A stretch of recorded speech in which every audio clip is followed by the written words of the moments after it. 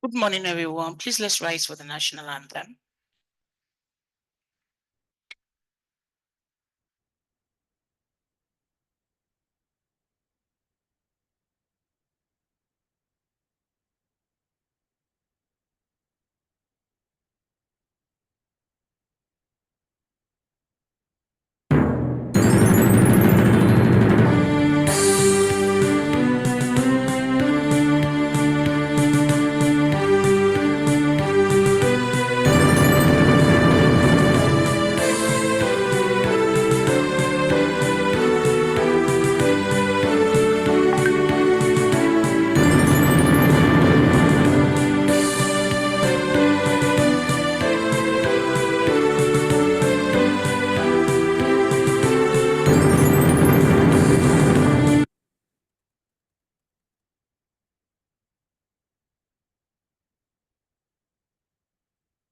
Thank you very much.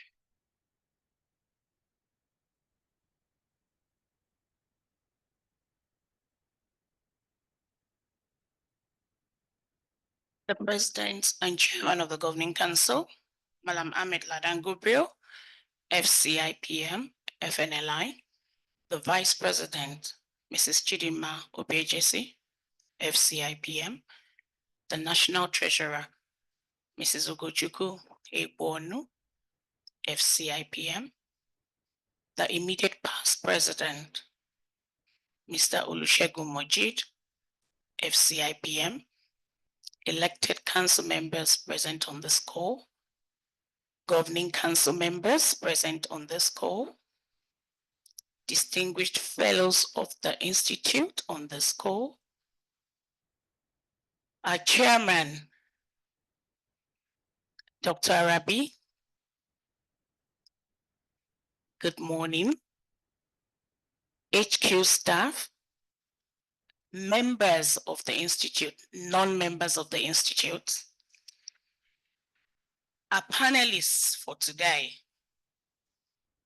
Comrade Joe Ajero, President, Nigerian Labour Congress, Mr. Adewale Smart Oyeride, MCIPM, DG, CEO, Nigeria Employers Consultative Association, Barrister Folabi Kuti, MCIPM, SAN, Lead Partner Union Attorney, Ms. Aisha Garba, ACIPM, CEO, Alpha Consulting, and our moderator for today, Mrs. Olubukola Lanikbekun Lawal, ACIPM, Head Human Resources, FSDH, Merchant Bank Limited.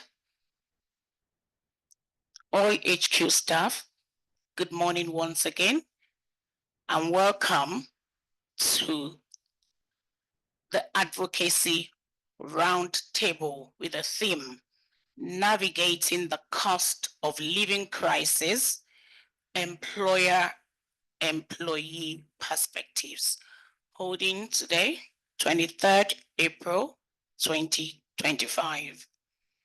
Welcome everyone. My name is Oluwatoyin Naiwo, FCIPM, Registrar Chief Executive for CIPM. We welcome you, and we do know and we do believe that you're going to have a good time with us today, learning and having actually an interactive session with our panelists and our moderator as well. I would ask that we all please rise now to take the Institute Code of Conduct, and you'd recite after me. And when you get to I, you insert your name and your membership grade. If you're not a member of the Institute, please do not insert your name. However, we're quick to welcome you, and we're very glad to welcome you to join us at the Institute. Thank you.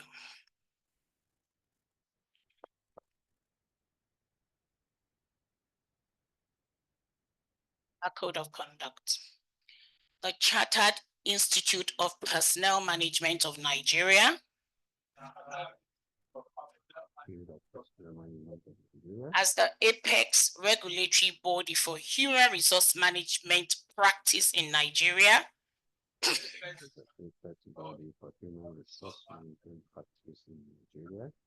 is committed to the highest possible standards. Please, am I being followed online? Can someone online unmute so I can know I'm being followed, please? Yes, Madam Registrar.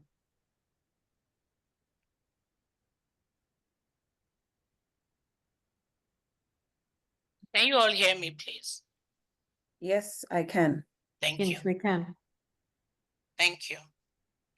Is committed to the highest possible standards Is committed to the highest possible of standards professional conduct of professional conduct and competency among its members. and competency among its members.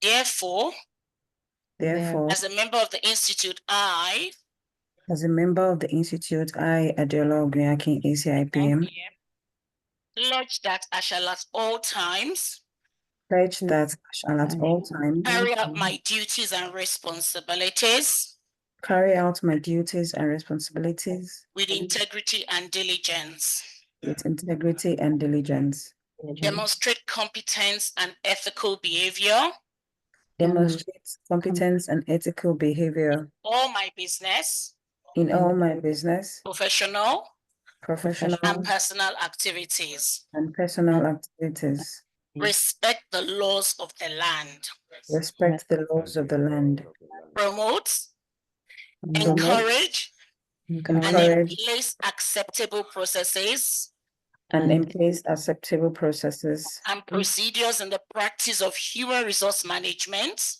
and procedures in the practice of human resource management within my sphere of influence, within my sphere of influence, endeavor to make personal decisions endeavor to make personal decisions after considering all options, after considering all options, of which resignation may be one, of which resignation may be one, in defense of this code of conduct.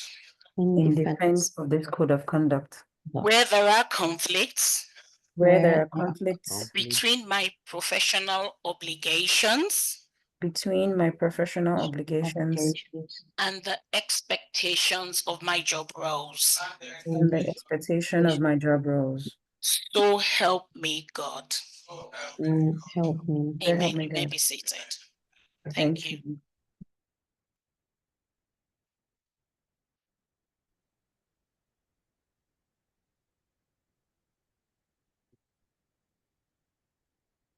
I'd like to invite the President and Chairman of the Governing Council,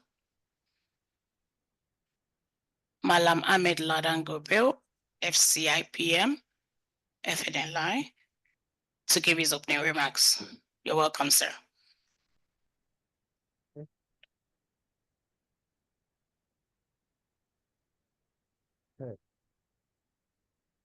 Thank you very much, Madam Registrar. Please confirm you can hear me. Sir. Good morning, all. The Vice President, Mrs. Chidima of BHC FCIPM, the National Treasurer, Mrs. Ogochukwu Egbono, FCIPM, the Registrar and Chief Executive, Ms. Oluwatoyin Naiwo, FCIPM, our immediate past President, Mr. Olusegun Majid, FCIPM, FNLI, distinguished elected council members present on the call, governing council members, fellows of our esteemed institute, the chairman of the Public Policy and Advocacy Committee, PPAC, Dr. Dasuki Ibrahim Arabi, FCIPM, our esteemed panelists, Comrade Joe Ajero, President of the Nigerian Labour Congress, Mr. Adewale Smart Oyenride, MCIP, CEO of the Nigerian Employers Consultative Association, Mr. Falabi Kuti, SAN,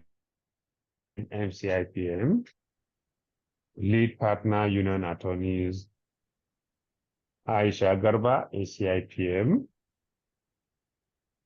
Managing Director and CEO of IFA Consulting, our distinguished moderator, Mrs. Olubukola Lanipekun Lawal, ACIPM, Head of HR, FSDH Merchant Bank, distinguished members of the Public Policy and Advocacy Committee, esteemed members of the CIPM here present, our distinguished guests, ladies and gentlemen, good morning to you all once again. It is indeed with a great honor and immense pleasure that I welcome you all to this seminal gathering, the CIPM Advocacy Roundtable, where today we will be engaging to interrogate and co-create solutions to one of the most pressing challenges of our time, the cost of living crisis. We are here today under the compelling theme, navigating the cost of living crisis, employer-employee perspective.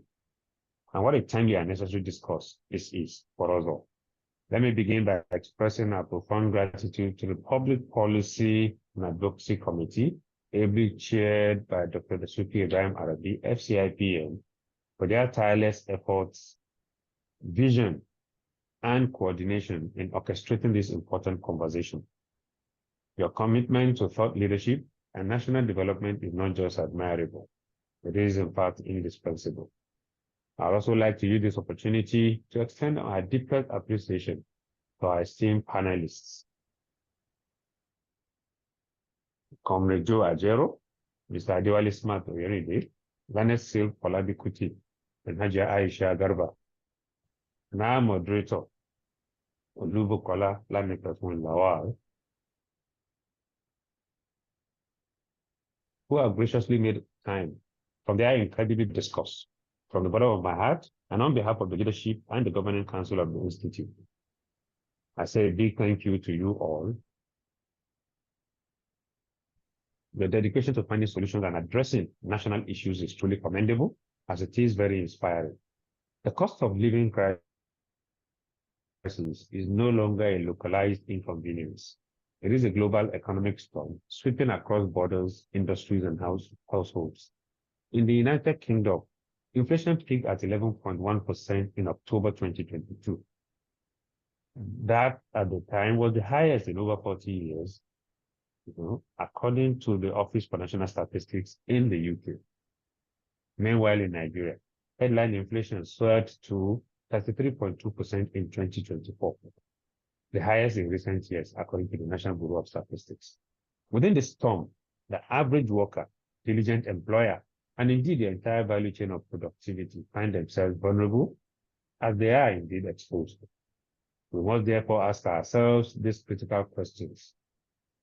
How can organizations remain competitive while being compassionate? Can employers continue to demand performance from employees in a climate where purchasing power is crumbling or has completely crumbled? How do we design compensation models that speak to both reality and resilience? What is the role of government, the role of employers and HR professionals in reimagining the social contracts?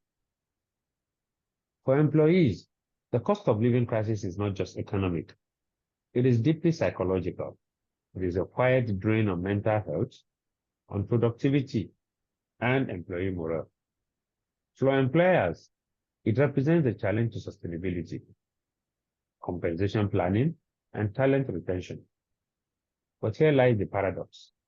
If we do not invest in people during hard times, we all risk losing the very engine of our recovery.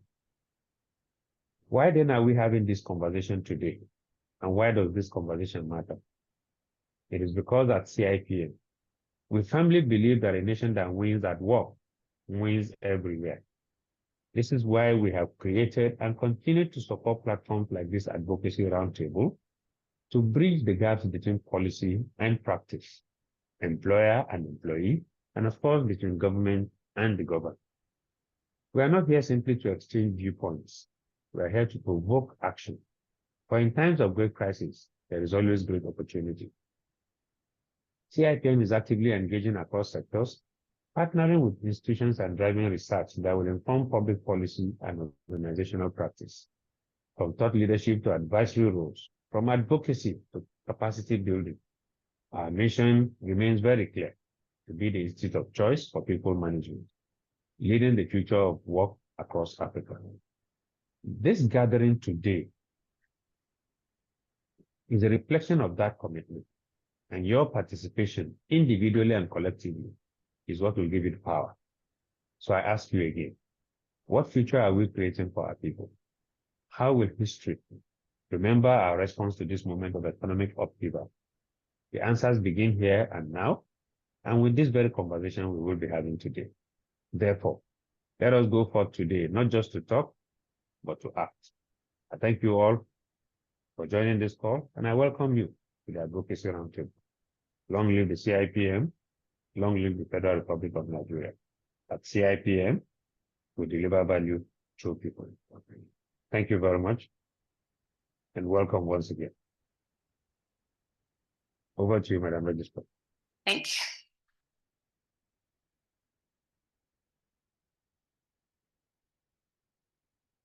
Thank you very much.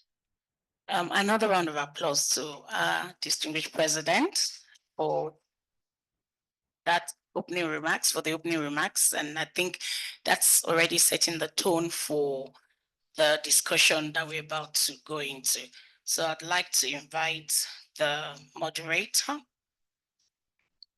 Mrs. Olanipekun Lawal, to please take over. Thank you very much, ma'am.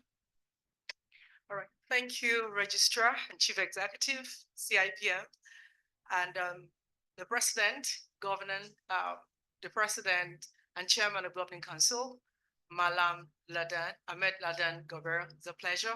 Thank you very much for the opening. You have actually, said a lot about what the issues are in the country and how this issue is critical for every Nigerian, from the perspective of employer of labor to government to employees themselves, and every Nigerian who is interested in the progress of this nation and being able to live above the current situations that we find ourselves in.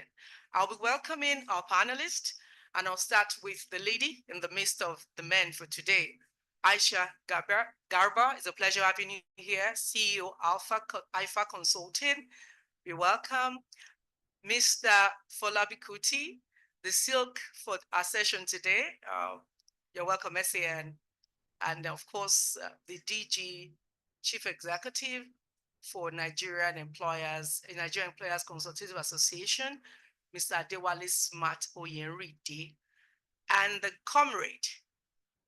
comrade himself, Joe Ajaero. I hope the comrade is on the call as well. You're all welcome, our panelists this morning, and we're glad to have you join us to the April edition of CIPM Advocacy Roundtable. Welcome. Hope you can hear me. Aisha Garba, can you hear us, please? AG? Loud and clear. Thank you. Thank you. Mr. Adewale Smart, can you hear me? Loud and clear. Good morning. Thank you very much. Our silk for this session. It can't be any better. Loud and clear. Thank you. And Joe, are you there? Comrade. I'm here. Thank you. Much. Thank you. I'll be starting this session today with Aisha. Aisha, would like you to speak to, how critical this issue is and who exactly is affected by it. This cost of living crisis situation in the country that we're speaking to, how critical is it for everyone and who is affected by it? Thank you. Thank you for this opening question, because it's something that resonates across the board. It affects everyone. It affects from the government to the workers, to CIPM, to members, to everyone that is living and breathing in Nigeria. You cannot hide from it. It definitely pinches. So yeah, the situation is absolutely critical. It affects the entire nation. Livelihoods, productivity, social cohesion, mental health. The government is, like I mentioned, is affected by it because it has a central role to play. In driving the macroeconomic indices, the stability, the inflation that we're seeing that has been fluctuating. So there's just so much that, we can see it, transcending into different aspects and the society. Employers must also take that deliberate position to protect the workforce. And that is why this discussion is very timely, because as employers, as organizations, I mean, we have to be able to put the people first. There has to be some human aspect, a lot of it now more than ever before. If we think COVID was a problem, you know, about 5 years ago, it's different now. You know, it's totally different because I mean, the indices are just going all over the place, and it's the resilience that needs to be central in all of this. You know, employees also are affected by this. Like I said, the entire workforce in every industry, in every sector, you know, they're all affected by this. And resilience, like I said, is central to everything. And of course, this discussion that we're having through CIPM, thank you for arranging this, is important, because this is the voice, you know, that is bringing, you know, more voices to the table to advocate for certain interventions that should be put in place. And we have key stakeholders and very credible panelists and speakers that will be able to join more voices and echo, you know, the concerns and the solutions that we should be able to advocate to key stakeholders, from the government to even PENCOM. You know, so many, you know, interventions need to be put in place. So many government parastatals need to be involved. Everybody needs to be involved in this solution. Thank you so much, Aisha. Thanks for that opening. And I heard when the president was given his opening address, he had mentioned how inflation is not just, you know, isolated to Nigeria. It's actually affecting other clients. Mr. Oyerinde, DG CEO, NECA, would like to tell us, please tell us, what are the innovative ways, innovative solutions that employers are, you know, bringing to bear to address this cost of living crisis vis-a-vis economic reforms and interventions of government from the employer's point of view? Thank you. Thank you very much for the opportunity to join this very important session. And thank you to CIPM also for creating this platform. Well, for employers, you know, just like it is for everybody, you know, and Aisha mentioned it, that everybody is feeling the pinch, but the area I will not agree that I beg to disagree on is the issue of the government, you know, government feeling the pinch. I'm not very sure government is feeling the pinch, because progressively as government revenue, one way or the other, is increasing. At least allocation to the federation account has doubled, almost doubled. Allocation to states has increased exponentially. The federal government is also making its own revenue progressively, but the flip side, you know, is what is currently happening in the private sector.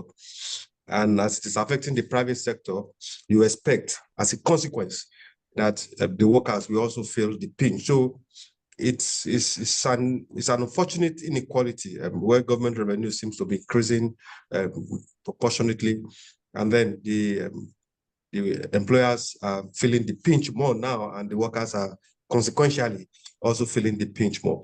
But coming to the innovative ways that employers are handling the issue, and for us, one of the things we preach, one of the things we advocate on within the context of our ecosystem, NECA members, because you have a substantial number of employers that are also not that are operating outside our scope, is responsible enterprises. You know, we preach responsible enterprises as a key element of what we do.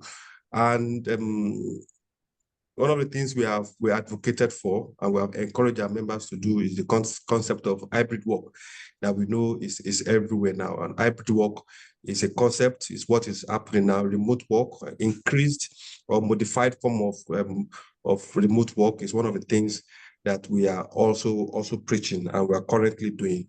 I think within the context of our sphere also, one of the things we have advocated for and that we practice. And when I say we practice, you know, NECA also as a secretariat also practices. So it becomes easy for us to advocate that within the context of our members is the concept of one-off bonuses. We've done that. We're still doing that. One-off bonuses to address the issue of transportation. One-off bonuses to address specific issues that we realize our employees are facing.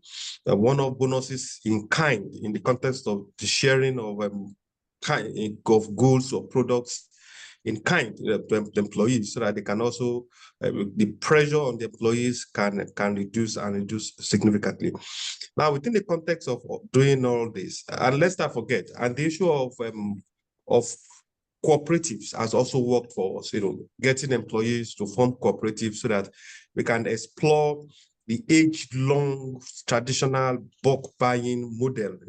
Where we bulk buy products for employees, the employees contribute, and then the organization subsidize in a 30, 40, 50% of the cost of the bulk buying. That we are doing, and that we also encourage our employers and responsible employers to continue to do. So the innovative approach is neither here nor there, but the approach is also constrained by resources, and I must emphasize that. The challenges are multidimensional. Unfortunately, as employees are facing the crunch, and employers wish that they can do more, but the prevailing circumstances has also constrained the employer to start looking at, how do I survive? Because you need to survive first before you can foray into some other definitive or innovative ways of assisting your employers. But is it a commitment from the organized private sector to continuously support and deal with the issue of welfare? Absolutely, there's commitment. Is the prevailing circumstances, does it give employers the absolute opportunity to do as much as they want to do? Currently, no. Is the desire, to keep employees at work? Is it absolute within the context of employers? Absolutely yes. But sometimes you need to balance two very difficult variables because of the circumstances that we find ourselves. And those two variables, do you keep workers at work, or do you expend more within the context of welfare? There are two, it's like the devil and the deep blue sea. I'm challenged as a business. There's pressure within the context of productive capacity. There's pressure within the context of unsold stock. At the last count, there's over close to 500 billion unsold stock that businesses cannot get off takers for. You can't sell the stock because the purchasing power of the average household has also increased. So those products, they face the risk of expiry, so which also puts the business under immense pressure. So consistently, you realize an average business is faced with two very difficult choices of keeping workers at work and also focusing on the issues of welfare. Well, I must confess, and I must commend the responsible employers that we have within our fold that have done the best they could do within the prevailing circumstances to address the issues of welfare. Is the issues the innovative way? Is it one size fits all for all employers? Absolutely not. Because employers also have to do within the context of their capacity, not only to do once, but also to sustain this innovative way of addressing the high cost of living that currently affect them. Thank you. I'm sure you have a lot to say about this particular question. Absolutely. Please, I would like our online audience to please drop your comments, questions in the Q&A box right now. We're receiving questions and comments as well. Mr. Eride, thanks so much. I mean, the last point you made around two critical issues facing employers, whether to keep employees at work or to provide welfare. The truth is they are both very important, because employers cannot run the business without the people. And when the employees are not engaged, employers can't get them to be productive. So what we're here to do is actually to see what employers will need to do as we continue with this conversation to ensure that those two critical parts of our businesses are attended to promptly to ensure that the business is productive and is able to deliver shareholder value. Thank you so much, Mr. Onyeride. But I would like to just take one other question, to follow up your response to the first one. So now, how do we deal this, I don't want to call it monster, this critical issue confronting every stakeholder in Nigeria, every Nigerian? How do we ensure there's collaboration amongst the stakeholders, especially employers engaging government? Because government reforms, government intervention is also critical. You had said earlier in response to Aisha that the government is not feeling the pinch. So how are the employers, especially NECA representing employers of labor in Nigeria, how is NECA engaging government to see this critical issue before us and come up with economic reforms that will help mitigate the pressure that is bringing upon the people? One of the biggest challenges we have currently is when you try to deal with people that don't or that have not the business before. The conversation is difficult. When you say your business, an average business pays over 60, 70 taxes or 80 taxes. In some states, 90 taxes, levies, and fees. Sometimes it doesn't connect with somebody that is not running a business.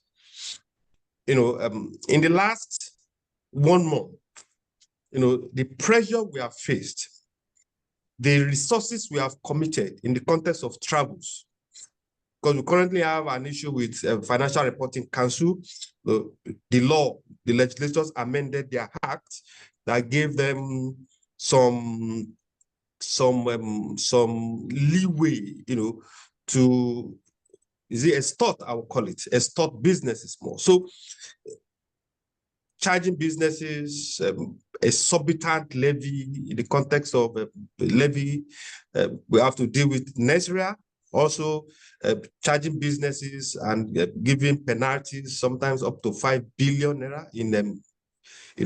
So dealing with those issues, if a business person is running an agency, it will be difficult for the head of that agency to ask his officers to go and paste the sealed in the premises of a manufacturing company, employing thousands of workers, and you gleefully send people to go and put sealed in their premises because of a contentious regulation that is still under discussion.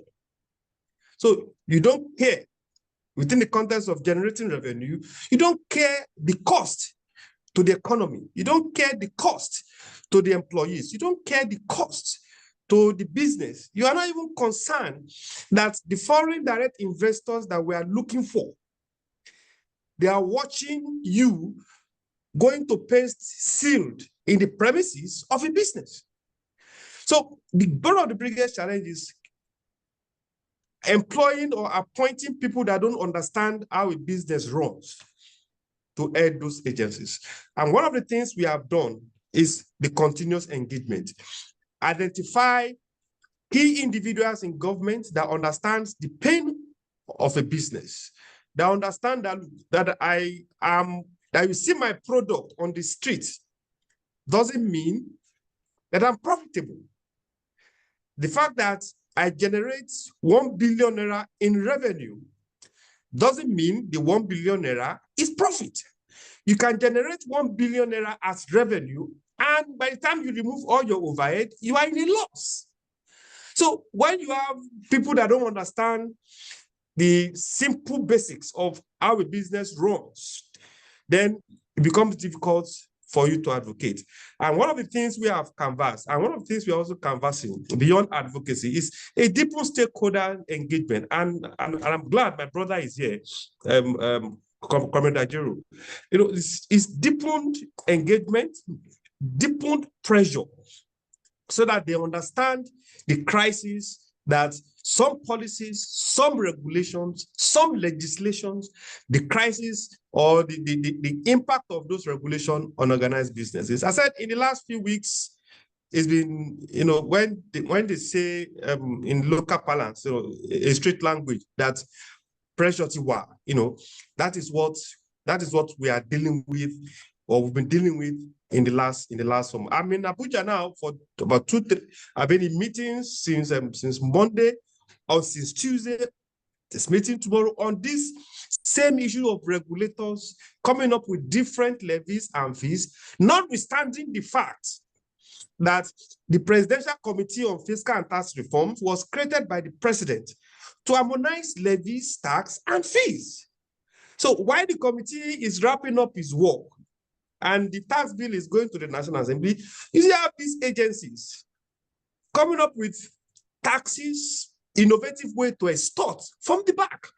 And those are the big challenges. So what can we do? I said, collaboration by CIPM members and average HR. For me, the context of the traditional HR practice, I think is losing its relevance.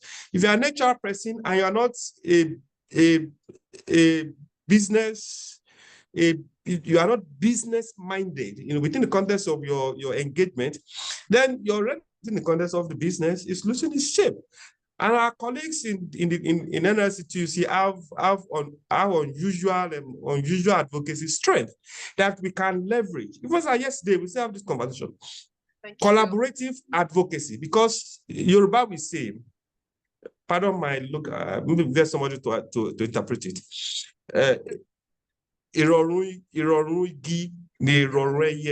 Yes. If the tree is not standing well, it will be absolutely difficult for the bird to patch conveniently in it. And we must all together, continue to sing this song so that government can do the right thing. Do we have the capacity to do the right thing? Absolutely. Do we have the resources, both human resources and financial resources to improve the situation of the average Nigerian? Absolutely we have.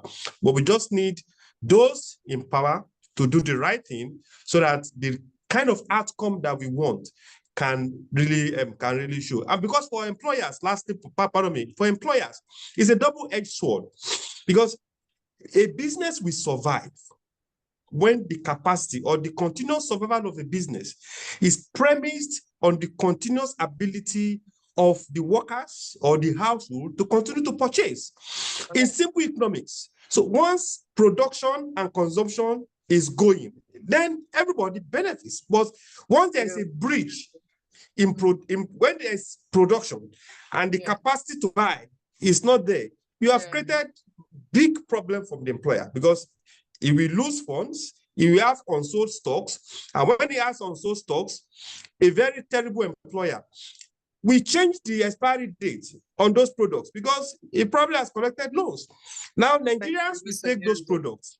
Thank you. Then they start having stomach ache, they start having different kind of ailment, and you will not connect the health issues to the fact that it was the inability of the average Nigerian to buy the product that necessitates those health issues. From health issues, it's a whole lot.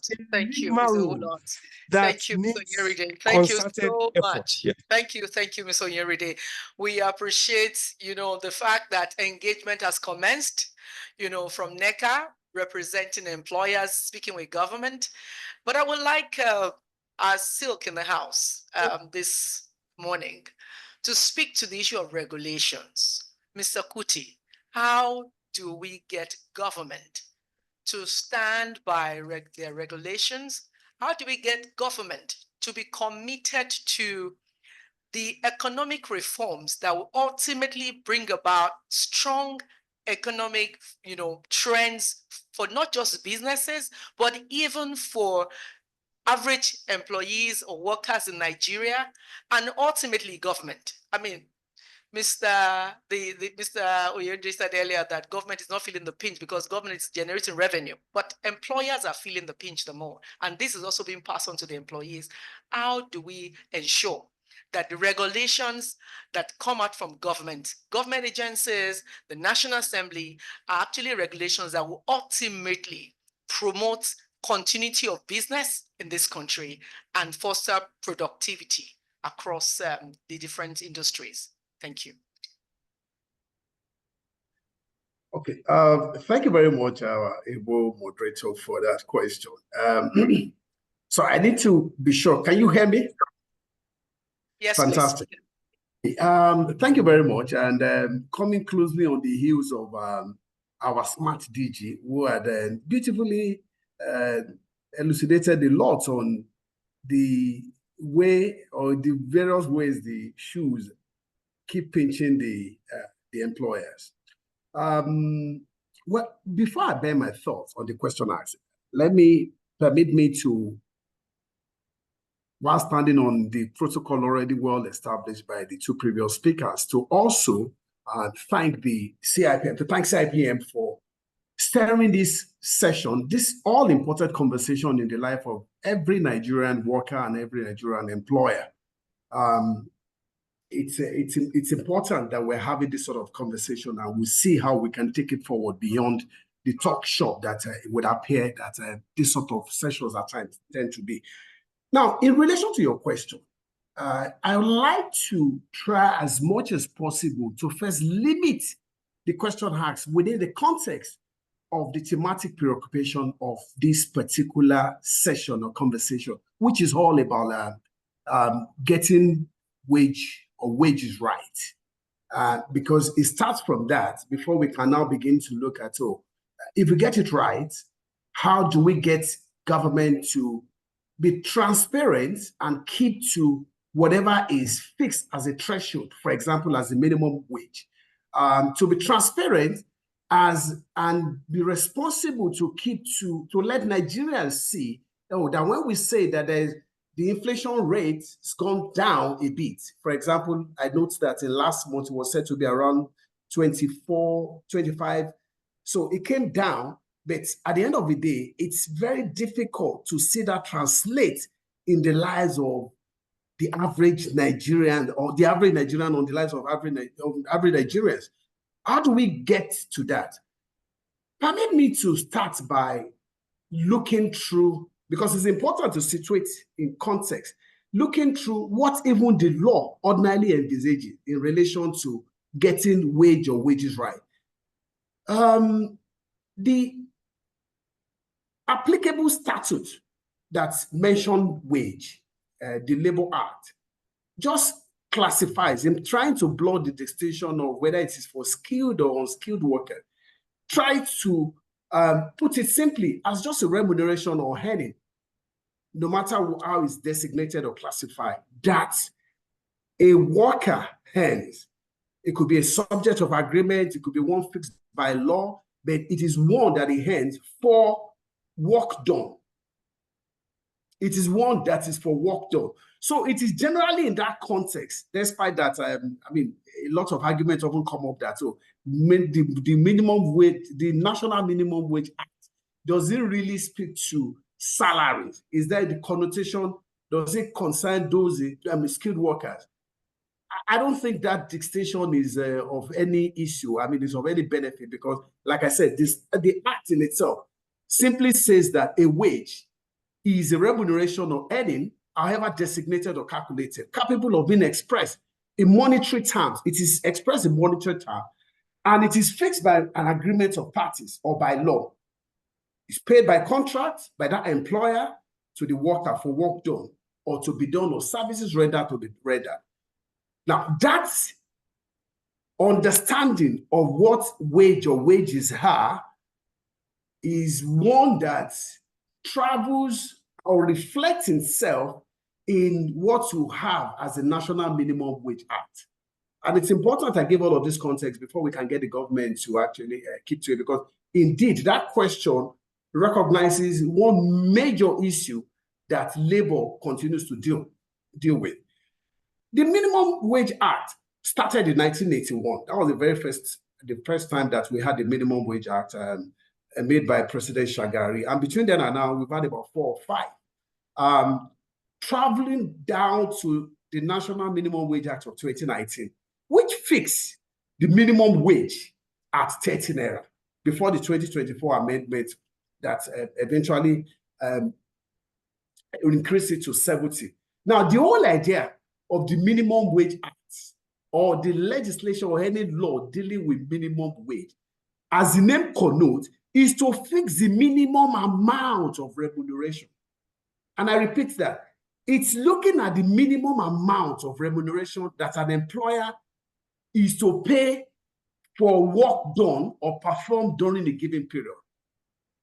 Now, so you say that we've restarted on that premise. There's a recognition that either the Labor Act or the National Minimum Wage Act is not necessarily looking at living wages. So when we try to make comparison with what happened in other climes, like in the United Kingdom and all of that, we would be running into a situation where we are comparing apples with oranges. There's a focus in those parts on living wages, which, if I'm to explain along the context of what the Universal Declaration of Human Rights says, is a level of pay that gives workers and their families a decent standard of living. We all know that 30,000, whether between 2019 and 2024, or 70,000 between 2024 and now, would definitely not give anybody, when you say decent standard of living, cannot afford basic needs, such as food, housing, healthcare, education, and keep all of that in the mix. So, given that context, the question is, what do we do? Or how do we get government to? It's a big question, and I wish I'm just an employer as well, a private individual, and I wish I was in the government to put across that at the very minimum, we're talking about the National Minimum Wage Act that has fixed, not necessarily what would secure decent standard of living for those employees. All it has secure is there's a minimal threshold we should keep to. Shockingly, till date, you find that across sectors, including civil service, including, yes, of many states of the Federation, there's still a struggle to keep to that minimum wage. Well, I think there's been a sharp increase compared to the experience between 2019 and 2024, when it was pegged at 30,000. So in starting from that, before we can drive other conversation, it is first to get government. Like I said, I wish I was in government to say what exactly could be the problem to get to be sincere to keep to this and ensure that there's transparency at every point in time and we actually keep to this peg. Now, when that is done on the part of, so that it doesn't look as if it's a multi-dimensional conversation, it shouldn't be just for the employee. Our DG has brilliantly addressed the issues that employers also face. It's almost like government coming up with all sorts of policies, all sorts of policies that seem to do everything, and many times, but to keep the employer in business. And the moment you kill the goose that lays the golden egg, there will be nothing. So it is also on the aspect of the employer to get government to look into down the drain. Why do we have a regime of double taxation for same things or for goods and services coming from the employer's perspective? So that is another area. It's a big issue. Thank you so much, Silk in the house. Thank you. So that we can also hear from the other members of the panel. I noted, I'll just put in summary what you said about the minimum wage. Telling us that is actually the beginning. Once the Minimum Wage Act is reviewed, and is reviewed to be in sync with the inflation, the current economic state, then it will be a live document or maybe a live act that is reviewed from time to time. It shouldn't just be set maybe 20 years ago, 10 years ago, and it will come back again when workers agitate because of the state of the economy. It should actually be a policy that will be reviewed from time to time in line with economic trend. And my summary of all that you have said to us, Mr. Kuti, is that the minimum wage is not effective in addressing the current cost of living crisis that we have in the country. And Absolutely. I believe that's what also Mr. Oyunde had told us about the pressure, the weight, being put on employers because of some of the policies and regulations that we have currently, coming from different agencies of government, demanding for levies, for taxes. I mean, there's a need for that reform, and it's ongoing. I would believe that when it is finally done, approved into law, then there will be a reproof for employers. Thank you, Mr. Kuti. I'm going to come to our comrade. Comrade Jairo, you're here with us, and looking at what we've heard from Mr. Oyunde speaking from the point of view of employers, and of course, Mr. Kuti, Aisha has spoken earlier about how critical this conversation is to every Nigerian. Comrade, please speak to us. What is the labor movement doing currently to mitigate the pressure and the challenges of this current COLC on the workers in Nigeria? Thank you.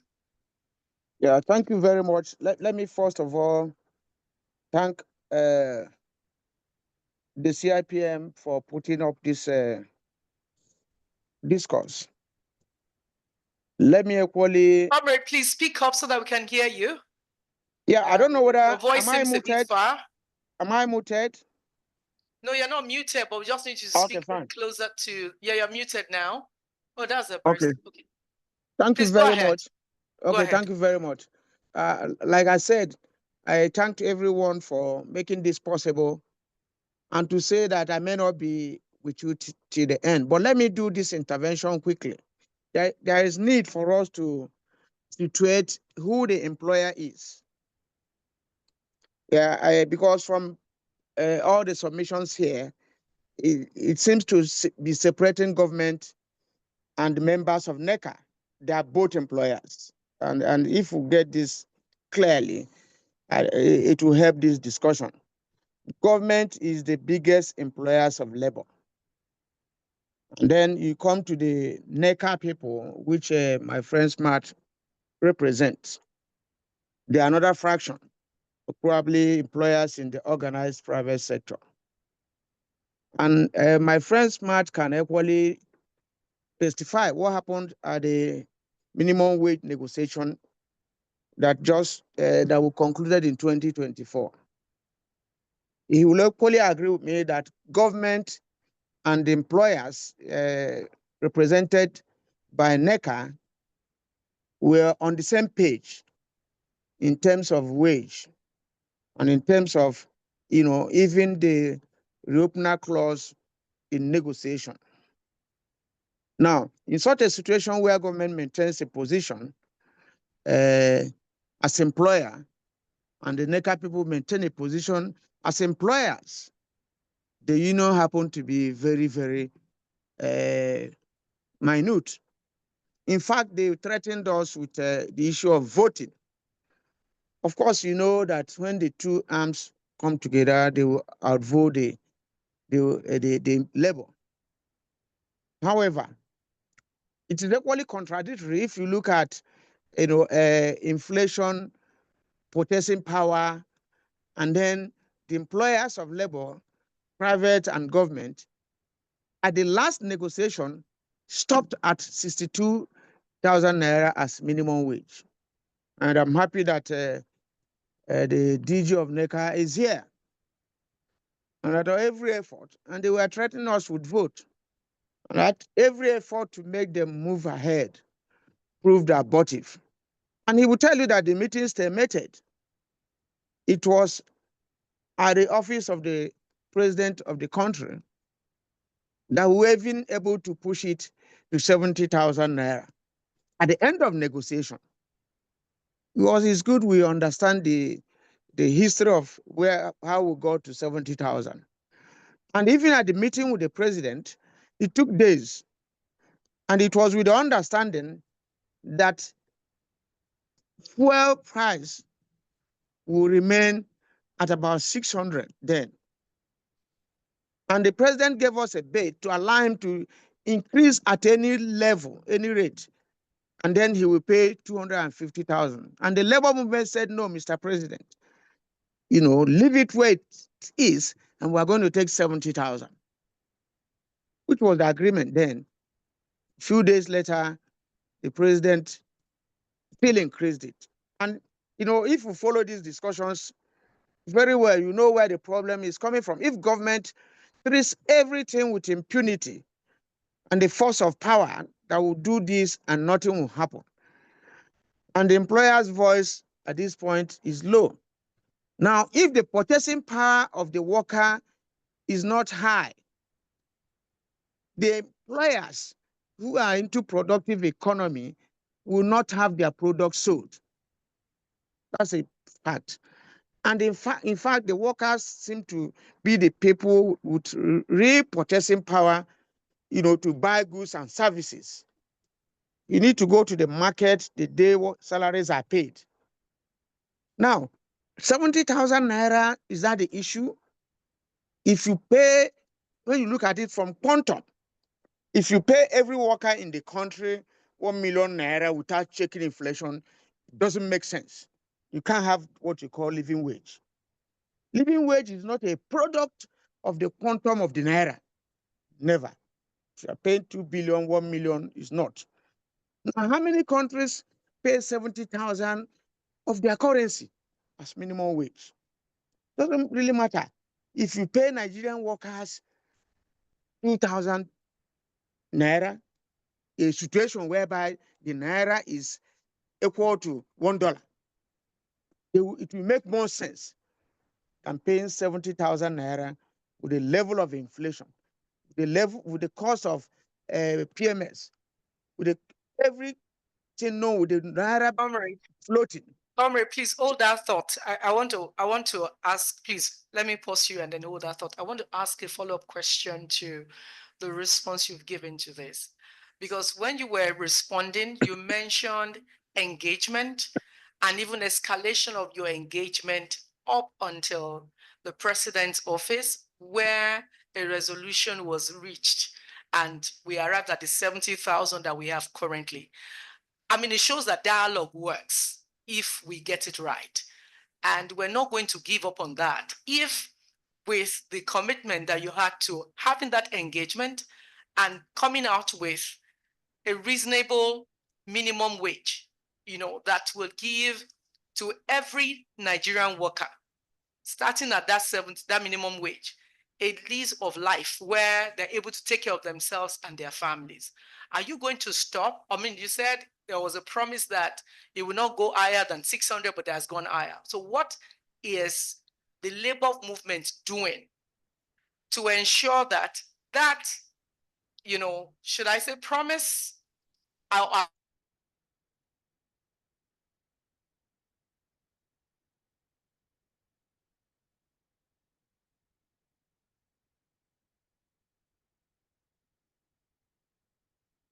Sure that the conversation opens up again to deliver on expectation, because the truth is the minimum wage currently, we cannot say is in alignment with the inflation rate of the country.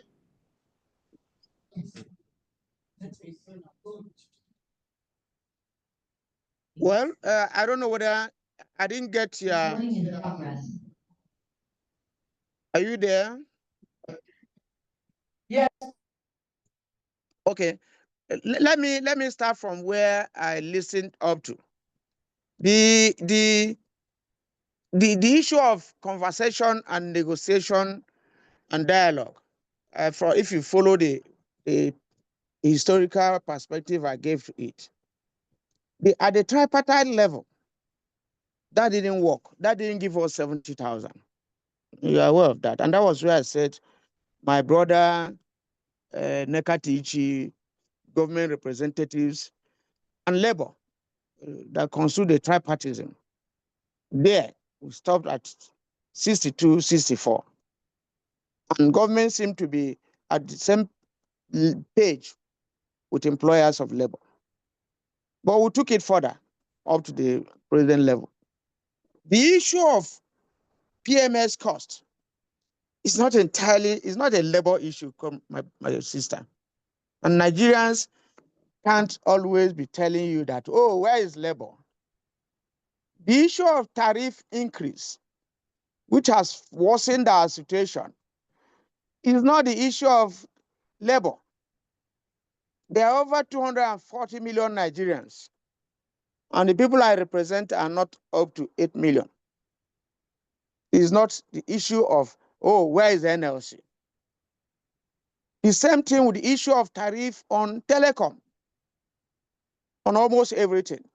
Nigerian issues must be addressed by Nigerians. Majority of Nigerians, including the employers, most of them supported removal of subsidy.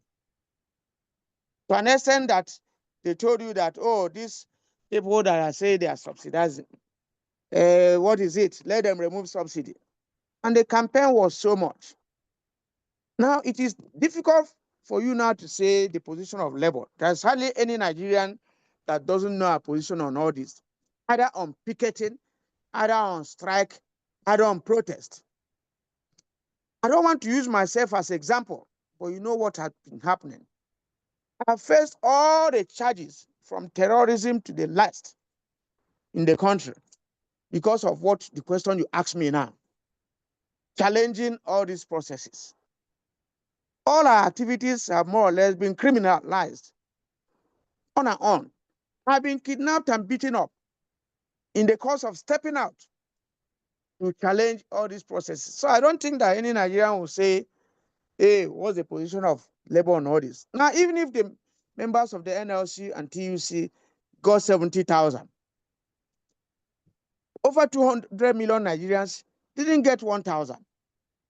And by the time inflation keeps on, eating up what we got, the answer is, what are Nigerians doing? Let me give you an example with the issue of government policies, which seem to be creating the problems we are facing now. Government privatized NEPA and secured about 400 billion for the sale of NEPA. Today, government is telling you that they are going to pay the generating company, which is 1/3 of the sector, 4 trillion for subsidy. Now, who are the buyers and who are the sellers of that sector? That's the question you ask yourself. You sold your house to somebody at 400 billion, and you are giving the person, 4 trillion. You paint the house, and every Nigerian is keeping quiet. The next question is, where is labor? For 9 years, labor challenged the process of privatization. And then we have to look at the issue of cause and effect. If we are there as Nigerians, we say, oh, privatize them. Oh, privatize this, privatize that. And the cause is what we are facing now. Yes, That is where the challenge is. Comrade, you're spot on. You're spot on. And we know that you have a lot to share from the outcome of different levels of engagement. And one thing, like I said earlier, is dialogue must continue. It wouldn't stop. The beautiful thing is we're seeing results of the efforts put into these engagements, and we have to continue. If we move from 30,000, even when minimum wage was at 30, I believe that if an average worker is asked if the 30,000 was actually taking them home, they will say that no, it wasn't. And the truth is, whatever it is that the labor movement, the employers, and the workers will be looking at, including government, will be looking at in terms of minimum wage, we must also remember that affordability is important. Affordability of this agitation for the employers is also very important. So engagement is ongoing. All of the points we have raised, privatization, cost of energy, right? And of course, the PMS, we believe, economic reforms from government. However, the results are not here yet. engagement will still continue with government to the point where we'll begin to see the transformation that we hope to see within our economy and, of course, for the average Nigerian worker.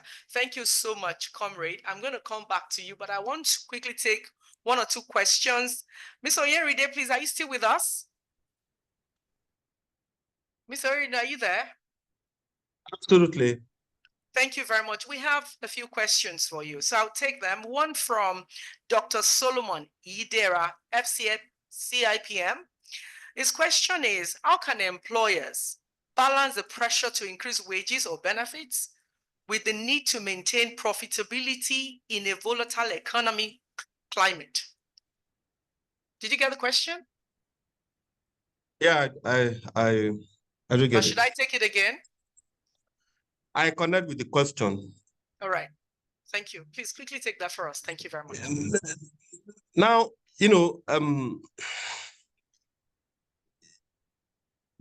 sometimes before now, employers are seen as crass capitalists. It's all about profit maximization, and I think the context of our engagement is changing. That it's not about profit optimization now. What's important thing for an average employer currently is just sustainability. Just remain sustainable, hoping that this cross we pass over all of us. But to the real question of how do you balance it, I think the points I raised before is while the extreme will be wage caps, you put a cap on wage or wage freeze.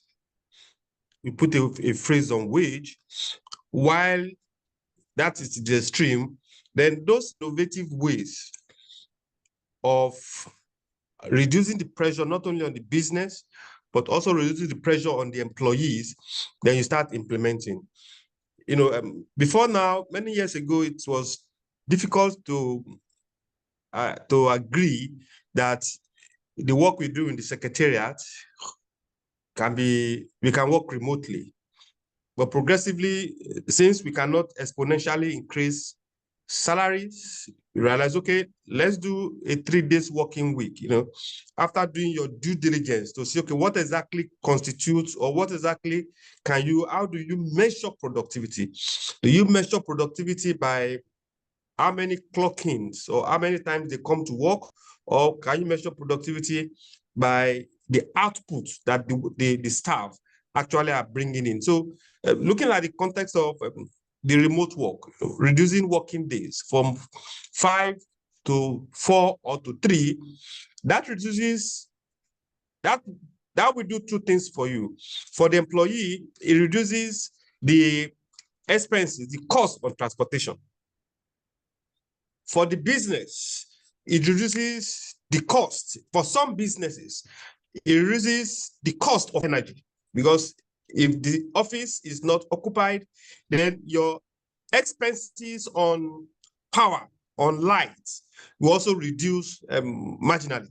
So all you have to do is, if you can't increase salary, then come up with those innovative models to reduce the pressure on the employee.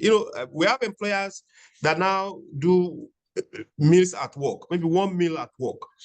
It's also a part of reducing the exposure of the employee to this vagaries of cost of living. So those models are not, I said, they are not one size fits all. You look at the context of your own circumstance as a business and look within this operation, what exactly can we do? But quite a lot can be done if we take time to think through our system and look at what exactly can we give, while sustainability remains the key issue that you have to watch. Absolutely. Thank you very much. So, Mr. Ode, thank you. I picked from your response the need for best fit as against looking out for best practices, because oftentimes best practices are not best fit per business. So each business will actually look out for what best fits their own situation and how best to manage it. Thank you so much.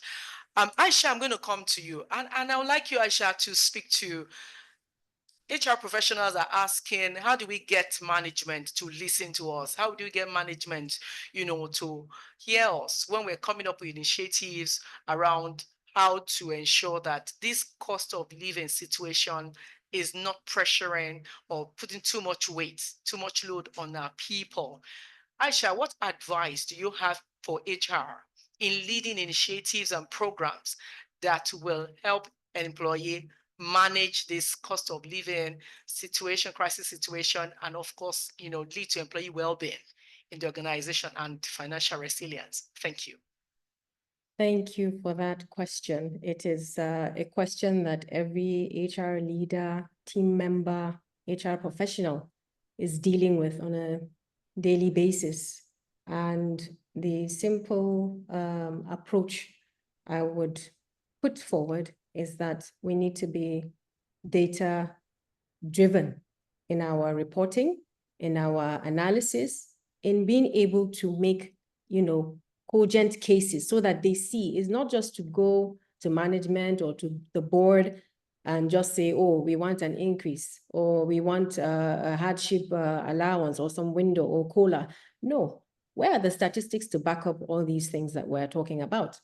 That is when you're able to now convince them, with compelling facts that, with what is going on in the economy, with what the organization has done so far in terms of whether revenue or cost optimization or cost savings, this has been the impact. However, there's need for us to, look into some of these measures that can help to just ease, that burden on the workforce. So the critical thing as HR professionals is that we really need to be more data-driven. We need to be able to give actionable insights into what is going on. The feedback that we're getting, the noise is signaling something, so we need to be able to articulate ourselves and present, the cases so that, management, the board will listen. It's not that they're not aware, but really as professionals, as we put it, we must be able to speak the language, of the business, of, the workforce, for them to see end to end that there's a crisis. Okay, so yes, while that is ongoing, but without your facts, without your data, you cannot have their attention, because they would just throw it out. So Right. for Thank you, Aisha. professionals, we must be Aisha. able to. Sorry, just hold that thought. Let me add to that question so they can round it up, attend it together. So you spoke about being data-driven, very important, because if you have facts and statistics to show, to support your recommendations to management regarding trends that your organization too as an HR lead must also be looking at to keep your employees engaged and also retain your employees. Definitely, those facts will back up whatever recommendations that the HR lead is recommending, is bringing to management. But when you mention being data-driven, the importance of technology is important, right, to be able to do that. And we would like you to also speak to, from your, from where you sit at the CEO of a consulting firm, how do you also engage with employers, right, to advise on, ensuring that the required investment in their people, starting with technology, because to be data-driven, there must be, top-notch technology, equipment, to support whatever it is HR is going to be doing. So how do you also engage with employers of labor to ensure that they are giving attention and they are also, showing interest when the HR really comes up with those recommendations to approve for implementations? Okay. Now, in terms of digitalization or digitization, I always say scale gradually. Start with your basic spreadsheet, in terms of whatever it is that you need to do to, translate it into a software, an app, a tool. And if you have good in-house IT experts, they can do this for you without you having to break bank to invest in, some very expensive software. So it's to just start small and look inwards. Your IT people should be able to help with some of the digital interventions that, can be provided. Having said that, it varies across different industries, it varies across different businesses because of the dynamics and, you know, the nature of what they do and their service offerings and the workforce itself. In all of this, cost comes in, you know, so the concern is like, oh, you know, we have to be careful not to, you know, deep into, you know, our revenue, our profits, you know, is about growth, is about sustainability, is about resilience. So this is where I would say the sustainability aspect of, you know, HR, green HR comes in, you know, employee assistant programs need to come in to address certain things that, you know, employees have concern about.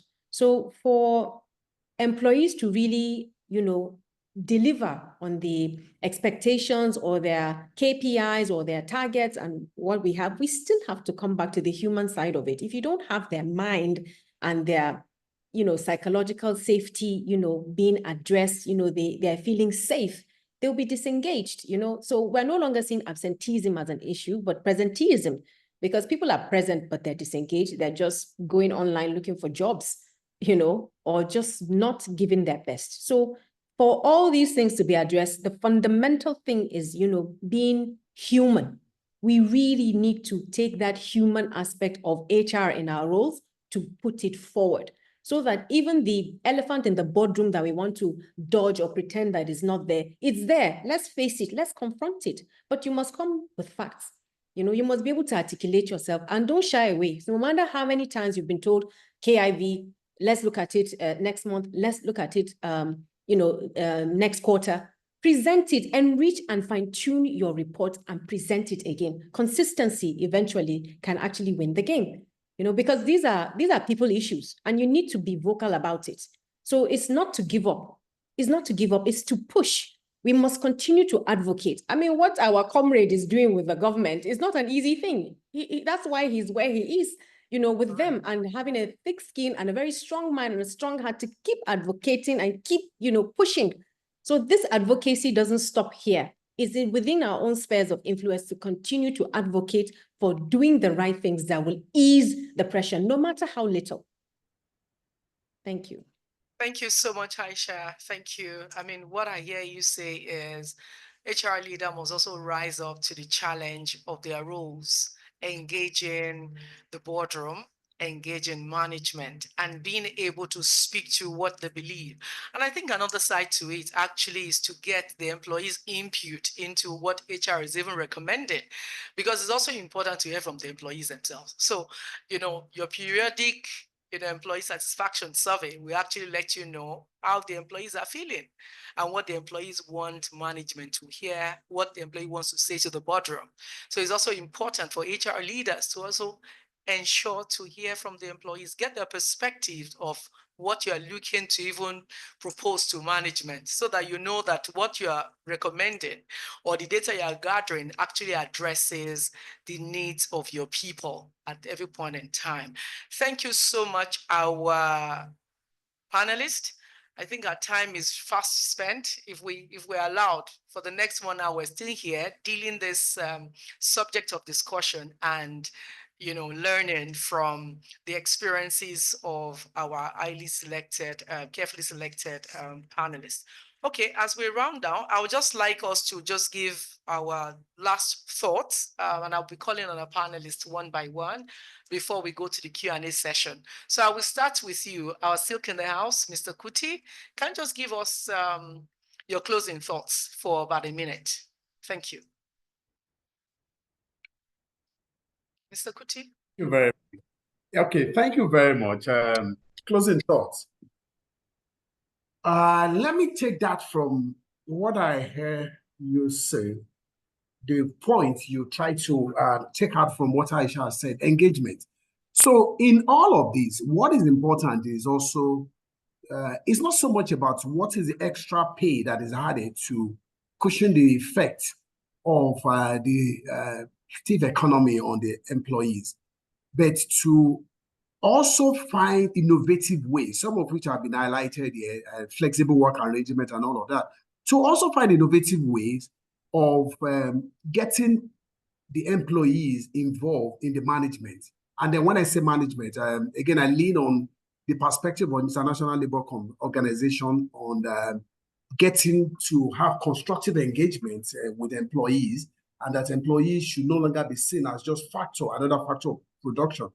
And that's literature of ILO, the Nigerian Industrial Court has captured it as participatory democracy. So when the business cannot afford to pay salaries, for example, when the business cannot afford to pay certain bonuses, it is not for the business to just decide and take unilateral decision. And that's why it's captured now as participatory democracy.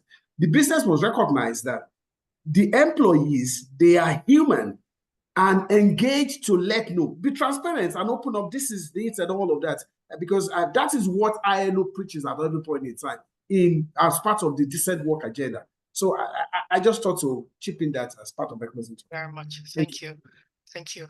Mr. Onyeride, are you still with us? Yes, please. Please, your closing thoughts in 1 minute. Thank you. Well, thanks again for the opportunity to contribute.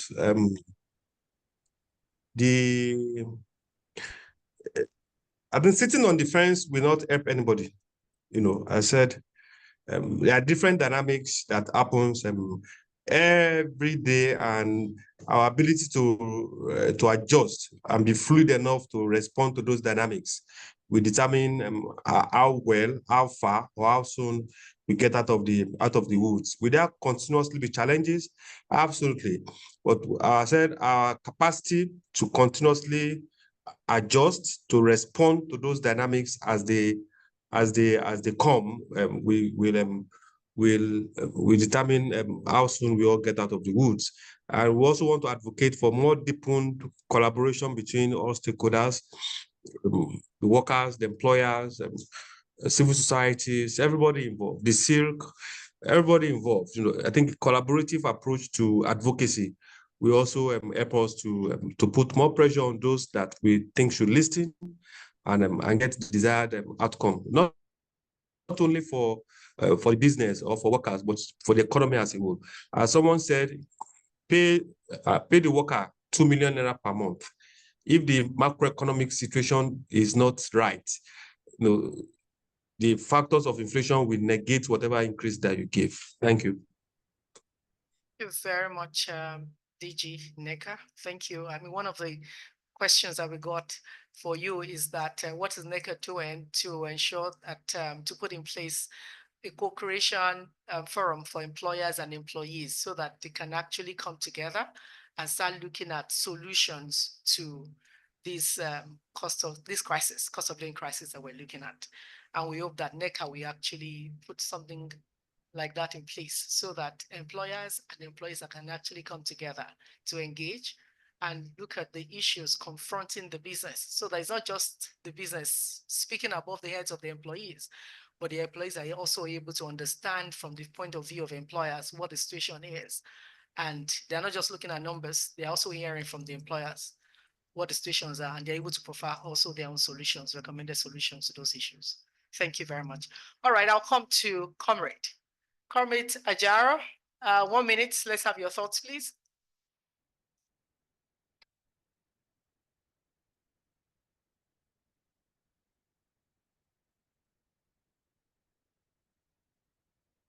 Comrade, are you there? He's muted. Okay, well, you're muted.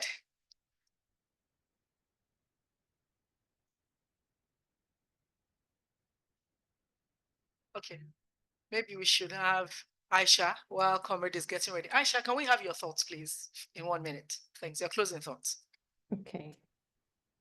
So I want to just urge, encourage all stakeholders, but particularly the HR.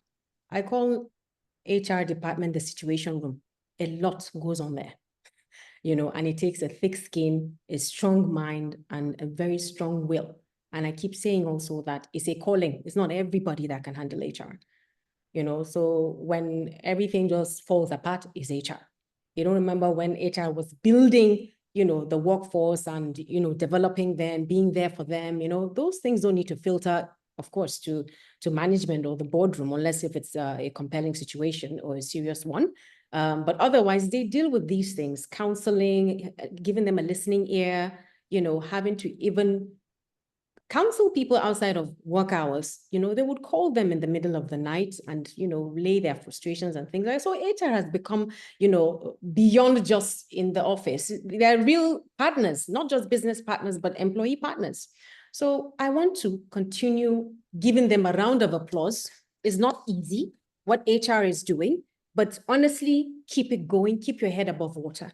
You are in that role not by coincidence, not by chance. It's a calling. Believe in that. And what you're doing is not in vain. Don't believe that it's unnoticed. I know that sometimes it can get quite frustrating when your cases, your positions, your submissions to management or the board is being played down or thrown out. Continue fine-tuning it, keep refining it, and keep presenting it. Do not give up. Do not. Just make sure that it's very, very insightful. As we leave this room, let's just remember that, we may not be able to increase salaries across board for every organization across Nigerian workforce, no, but we can raise our responsiveness. We can not end inflation, that's not in our hands, but we shouldn't be silent. Okay, let's keep this advocacy, this fora, ongoing. And we may not control the economy, yes, of course, but how we influence it, the culture, the resilience, the passion, let's continue to revisit that passion within us. I was shocked to see when I was checking the happiness index for Nigeria. Yes, it has dropped, but still in Africa, it's high. It's still within a top 10. I was like, oh, wow, that's the resilience of the Nigerian people. So there's something about us, okay? Let's not dilute that. Let's revisit that, strength that we have as a nation, as a people, as an economy. It is there. Let us not silence it completely. So please, as HR professionals, continue checking the pulses of your employees, continue being the guardian of human dignity, continue providing that moral compass, and continue to raise your voice for advocacy, for interventions to guide and reform and reshape people, because you're the custodians of people, you're the custodians of minds, you're the custodians of performance, you're the custodians of their health and welfare. So you must be able to understand and synthesize all these feedback or issues that you're having to deal with and articulate it back to management and the board. Don't give up. Just keep fine-tuning. Thank you very much, Aisha. Thank you. And honestly, there's no better way to round off this engagement this morning. And we must appreciate the Institute, starting with the President and Chairman of the Governing Council, Malam Ahmed Ladan Gobara. Thank you so much, sir. Thank you. And of course, the Registrar and all protocol observe, all members of the Governing Council, and our Registrar and Chief Executive, Ms. Oluwatoyin Iwo. Thank you so much for making time for us to be here to hear from the experiences of our panelists and how we can address these issues, this burning issue, and how it is impacting our businesses, impacting organizations. I like the way Aisha, rounded it off about, the fact that the HR lead in organizations from government to private sector to organized sector, we have a lot to do. And I'm happy that the Institute have a lot of learning programs where we can, as HR leads, actually be a part of. There's a lot to know. There's a lot you need to learn. And I must speak to employers of labor also. It's important that you also give voice to your HR lead. It's possible they've been speaking and management has not been listening. It's important that you give a voice to HR leads so that when they're speaking, hearing, management is hearing, and actions are taken to ensure that ultimately the recommendations coming from the human resources with regards to initiatives that we ensure that our people are engaged and we're able to retain them.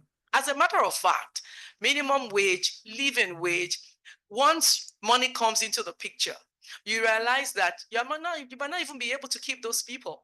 There's a lot more other than money, other than salaries, other than compensation that enables organizations to keep their people. And it's high time that organizations people leaders, HR leaders, start looking at those initiatives that will keep your people beyond compensation. As we do this, I believe that the cost of living crisis, though it's there, but we're able to have various means of actually navigating our ways around it, from financial planning programs within the organization. Now we have a video that we're going to just, we have run a video, and then we ran a survey, which we're just shortly going to just project for you to see that indeed what we've been saying here is what the people, Nigerians, are saying. And it's important. And it's important that, you know, we continue to look for ways to navigate the cost of living crisis. With the salaries coming in right now, you can actually make the best of living with what you have, as you expect more from your employers. Can we have the outcome of the survey? Yeah. So we'll be going to the Q&A session immediately after we see this survey. Let's have this survey outcome, please.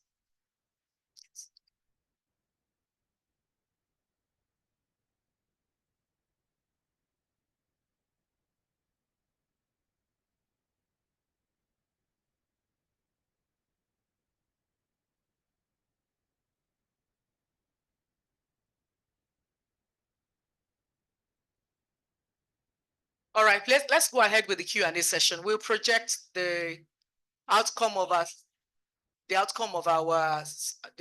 survey again. So please, you can unmute and ask your questions by raising up your hands, or you can drop your questions in the Q&A box. Thank you.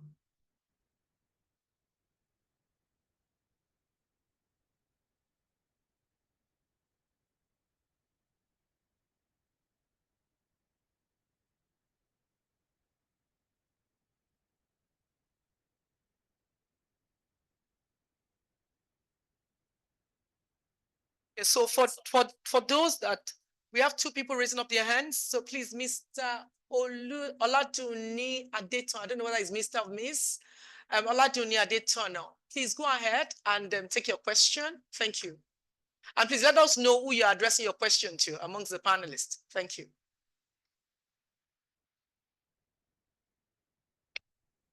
Oladuni. Okay. I'm sorry, it was a mistake. Sorry, I don't have any questions. Thank you very much, ma'am. Okay, we're going to take some of the questions that we have. So we have one, I believe Aisha has already addressed the question from the anonymous. So we take the questions from Solomon. Solomon, your question is to Mr. Onyeride. DG, NECA, are you still with us? Okay, I think we'll just take your question. It says, is the current economic climate, in this current economic climate, what role does NECA see for joint employee forum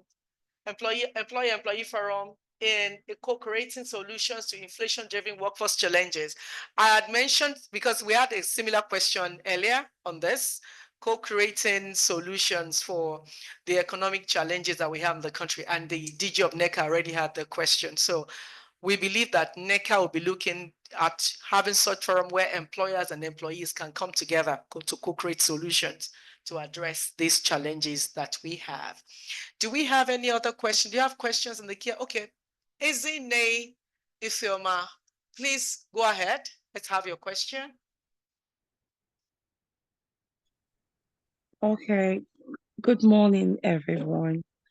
I've been listening, and thank you so much for this.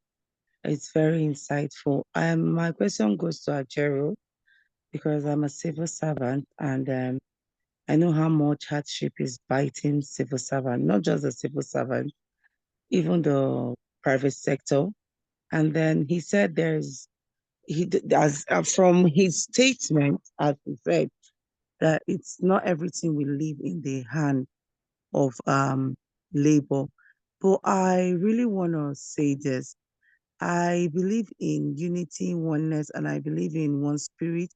I believe that if labor can honestly join hands and then stand for Nigerians, I'm not after civil servants only, because everything is really, really going up high and is now survival of the fittest. On the minimum wage that the president said he's going to carry out, why the long silence for months? Why? I really want to know why. That till date that they allowed the government to go silent for months, and now they want to fight for this cause for Nigerians. What measures are they planning to take, and how will they get support from the Nigerians for us to back them up, to see sincerity, to see unity, to see that there's one goal at the end of the day that is being achieved, and to even help minimize the cost of living. It's not just about and this thing he said, but also the cost of living, because it's a norm now. I call it a norm. When government increases anything, the people in the market will come up and increase the price of stuff to match up to the money that is being given to. And at the end of the day, you see that we are still back to zero. We've not seen any improvement. We've not seen a burden that is being relieved for Nigerians. So in what, as in, how do they, if it's to partner, they should partner. If it's to call out Nigerians, if it's to meet heads or whoever that is in charge responsible, they should work together to make sure that they give Nigerians a soft landing. Thank you. Thank you, isn't it? Thank you. So we hear you requesting Comrade Joe Ajaro to, yes, it's well said, well taken. This will be passed on to Comrade. What you want to know, you want to see collaboration, you want to see unity amongst the labor movement in ensuring that the commitment, the promise from government is actually, ultimately delivered to the people. That will pass on to him. Comrade had to join another conversation right now, and so he's not able to respond to you, but we will pass this on to him. And if there's going to be any need for collaboration with the workforce, that you will hear from the Secretariat of the Labour Movement. Thank you very much. We have another question from Naomi. Naomi, please, let's hear your question. And please go straight to the question so that we can hear from others. We also have some questions in the Q&A box. Thank you. Okay, good afternoon, everyone. Thank you so much. Please go ahead, Naomi. Yes, straight to my question. My question is open to any of the panelists can respond.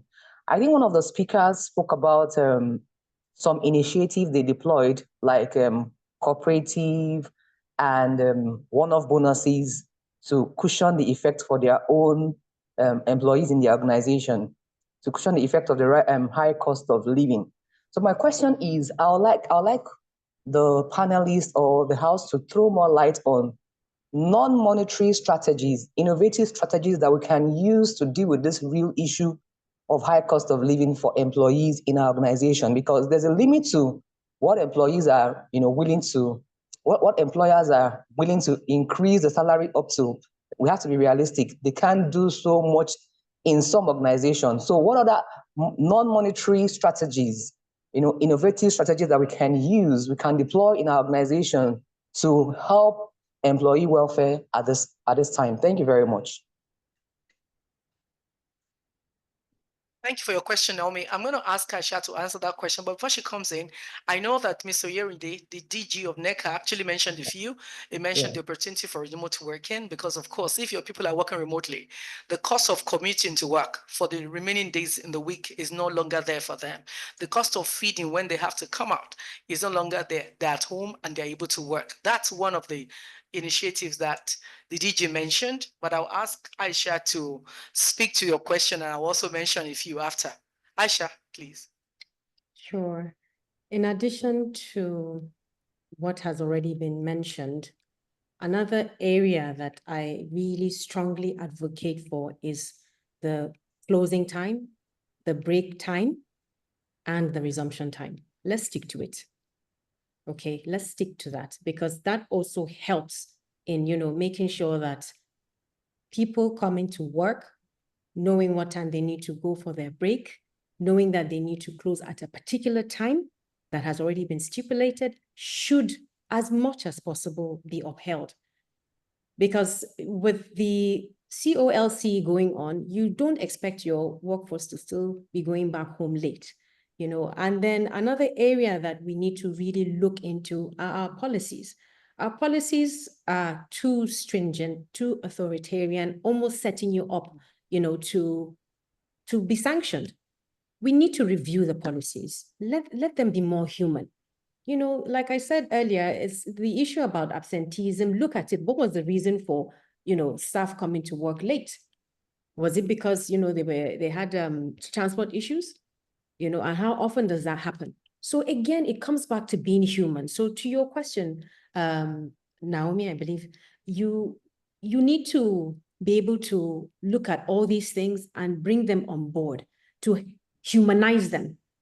That is just what we need to do to be more human in our approach, you know. So we need to look at all these things. We really, really need to pay attention to the very basic things that we've been neglecting, or we've considered insignificant, or we've outstretched.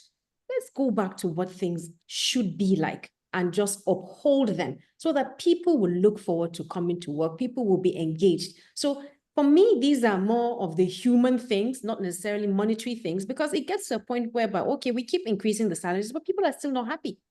Okay, because we're not treating them as humans. You know, we're just treating them as statistics, as noise. They're just complaining. Here they go. No, they're humans, just like us, just like everybody else that is breathing and alive. You know, so we need to be more human. Basically, I'm stressing that because that is lacking.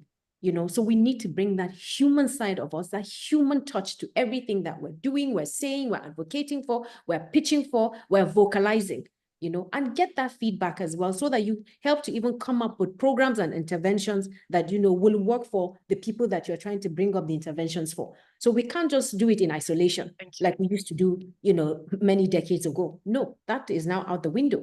So policies should be reviewed more frequently, and voices should be heard in order to provide the intervention that will proffer the solution that they're looking for. Thank you. Absolutely. Absolutely. Thank you, Aisha. We must be humane, you know, be human. Remember that we're dealing with people. I'll just add to what Aisha had said around policies, and also, of course, around terms of engagement, terms of contracts of employment. Keep to the time. Whilst we understand that the exigencies of work may require employees to work beyond the agreed time, at such times, the employer should make sure that provision is made for the employees to get home in good time. So one of some of the other things that you can do is means of transportation. If it's something that your organization is a benefit that the organization can add to what the employees are currently, you know, trying to get on their own, that would be great if the employers can do that. Lunch, if employers can provide lunch, because if food is out of the equation, it actually helps the employee to settle to work. One other thing, a few other things I would like to add, number one is leadership. The quality of leadership in the organization is so important. The people leading your people, are you training them? Because one thing is for you to say, oh, you've grown to become a team lead, and you leave it there. What are you doing to ensure that that team lead has the relevant skills, you know, and experience to actually coordinate that team, so that you don't end up having a bully, you know, coordinating your people, and at the end of the day, they are totally disconnected from your organization. You need your employees to be engaged for them to bring value to the organization. And I'll add employee engagement. There's so many things you can do. You know, people are running virtual team bonding activities now. Everything does not have to be physical. So you can have virtual team bonding activities where your people will just be laughing. You're not talking work. You're not talking deliverables, KPIs. You are just laughing. You're just cracking jokes and cracking everyone up, so that at that point in time, they can put work aside and feel themselves together as collective people within the organization. I think those, as listed, Naomi, will help you in actually ensuring that your people are engaged and you prioritize their well-being. Their health, very important. You know, a lot of employees are frustrated. A lot of employees are not feeling well. A lot of employees are running self-medication, self-care, when they should actually go to see professionals to attend to them when they're sick. These are things organizations should give attention to. Now, I will say lastly, give an example. A senior colleague one day was talking to a team member, and they were going to review our work. And she just looked up at her face and saw that there was a change. The way our face was, a side of our face was dropping. And she said, "What is wrong with you? Your face," and she didn't know, she was feeling okay. And she said, "You know what, go check your blood pressure." And from checking her blood pressure, she went straight to the hospital. And from there, she was on admission for 1 week because her blood pressure had gone up. She didn't know. She said that was the first time she was going to have that. So it's important that we pay attention. You are interested as leaders in your people. Look at them, ask them about their lives outside of work. It is not all about the work. It's about the total person of the employees within your organization. Thank you. Any other question? Isn't it, your hand is still raised? Do you have another question, isn't it? Okay, Okpayemi, let's have Okpayemi, please. Okpayemi, thank you.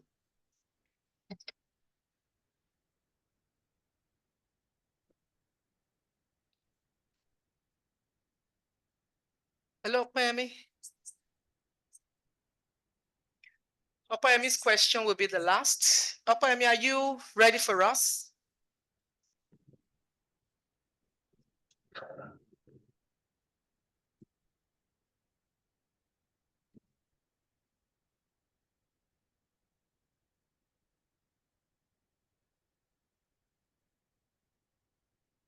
Okay, Okpayemi, we want to hear your question. Okpayemi, are you there?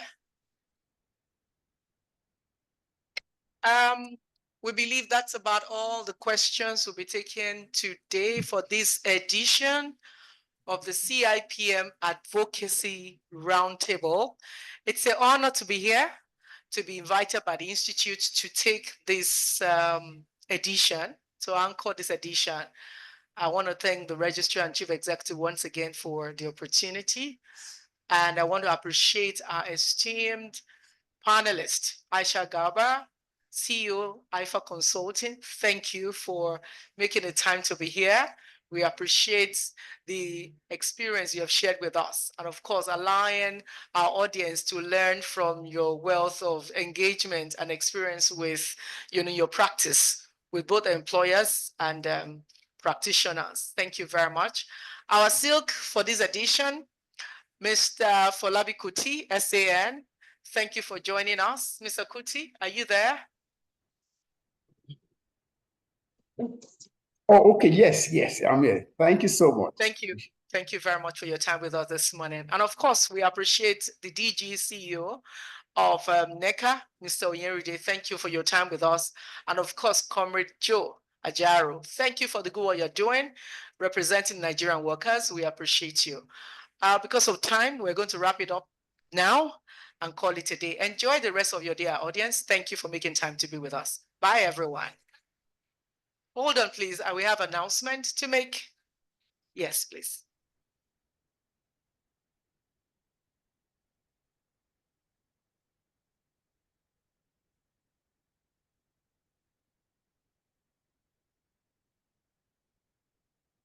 All right, please, let's listen to the video as I step aside.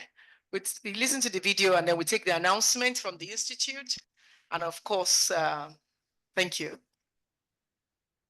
My name is Gloria Frama Serkinyara.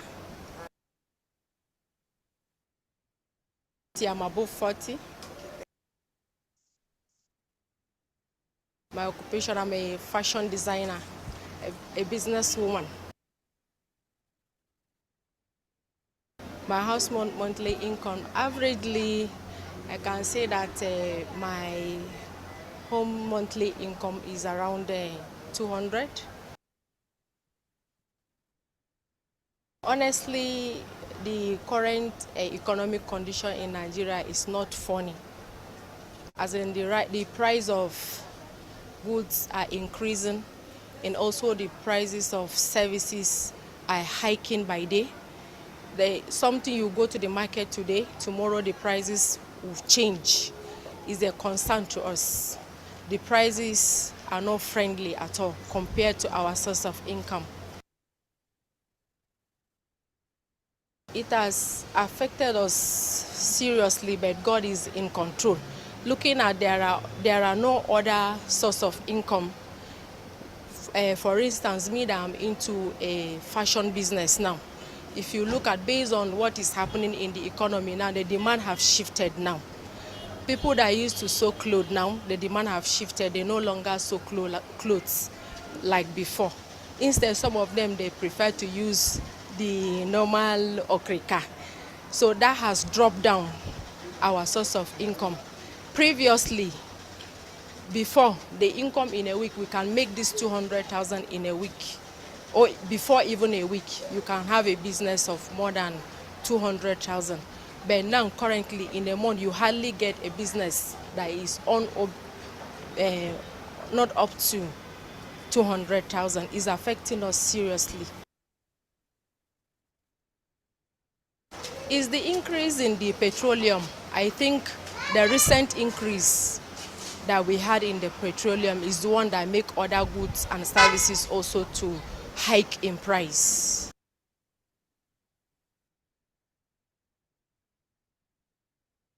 Yeah, we have to make sacrifices, as in the sacrifice we make now. If we are a family that we used to eat chicken maybe twice in a week, so now we go for like any affordable fish or even crayfish in order to maintain the standard. Honestly, as a Nigerian and as a woman, we are not satisfied. Honestly, looking at every day the price keep increasing, like I said previously, and then the source of income are limited, especially the few of us that are women who are into business.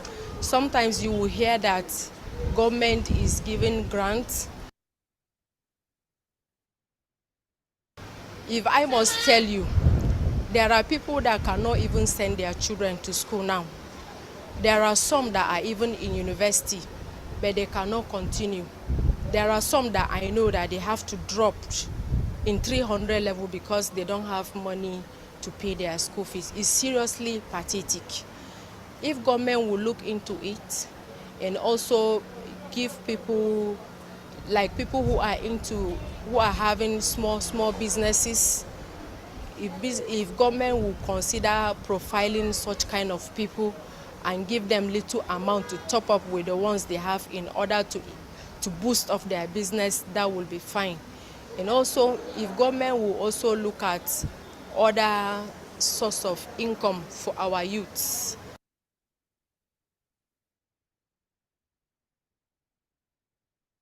The only way that this issue can be reduced, it cannot be addressed completely.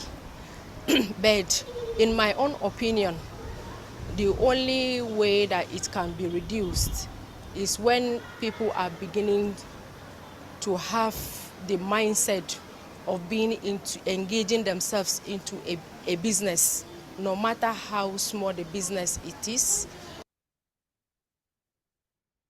My name is Habila Ngiya Solomon.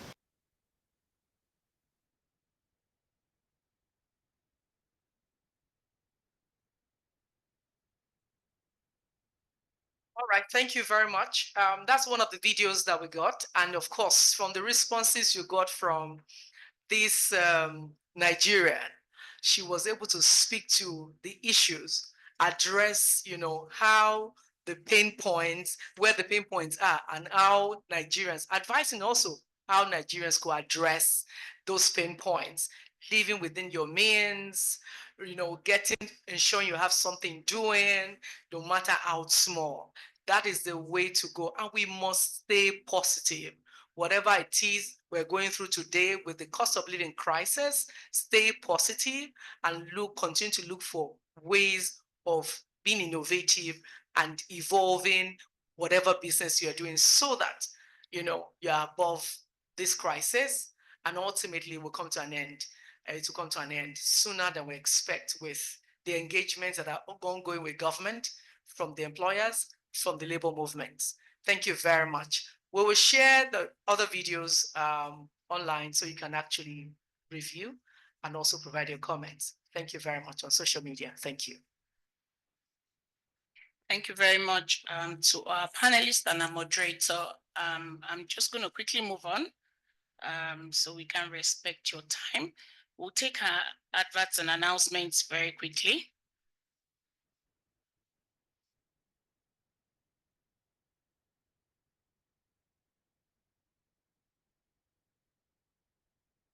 Okay, please do watch out for all our adverts in regard to our conference, ICE 2025, please. Coming up October 27th to the 30th, 2025 in Abuja. And we've been sharing details surrounding that and flyers. And registration is also ongoing, registration and payments for the conference. So you can meet up with the early bird discounts. It promises to be an engaging time. Theme is reimagining the new world of work. And that's our 57th International Conference and Exhibition. We also have coming up a special HR forum in June.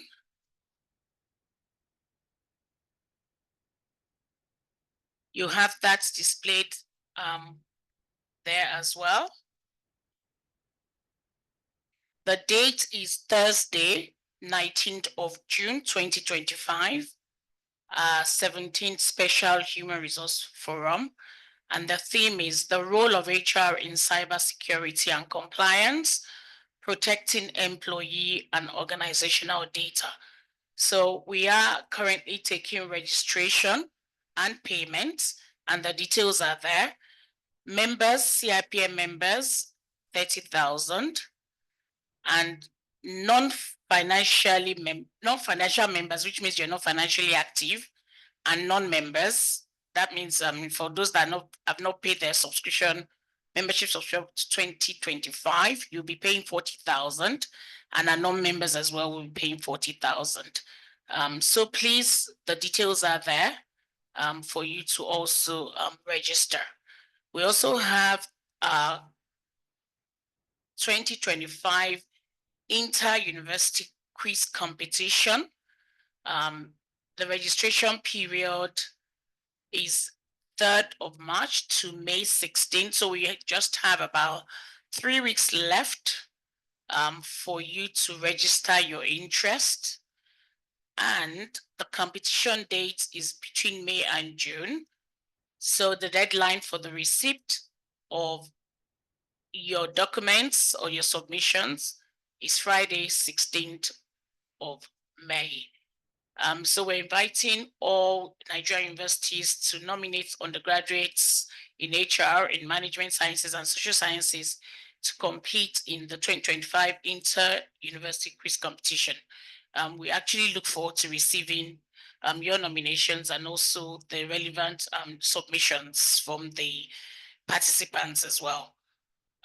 All the information and everything going on in the Institute in terms of our activities would constantly keep you informed. Next week, Wednesday, 30th of April, it's also our next CIPM IU series, the next webinar, and that's at 3 p.m. So we'll share the flyer shortly, but please save the date. CIPM IU series, the April edition is on Wednesday, 30th of April, 2025 at 3 p.m. and that's virtual. The SHRF I announced is virtual and the conference is hybrid. But we're looking forward to receiving physical delegates in Abuja. So we'll keep you informed. Thank you very much. I'd like to invite at this point the National Treasurer, Mrs. Ogochukwu Egbonu, to please make the presentation of the plaques to our panelist and moderator. Thank you very much, ma'am. Okay. Good afternoon, everyone.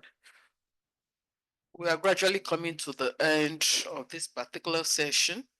And thank you all. Though I have not been asked to do the vote of thanks, but I think our panelists and our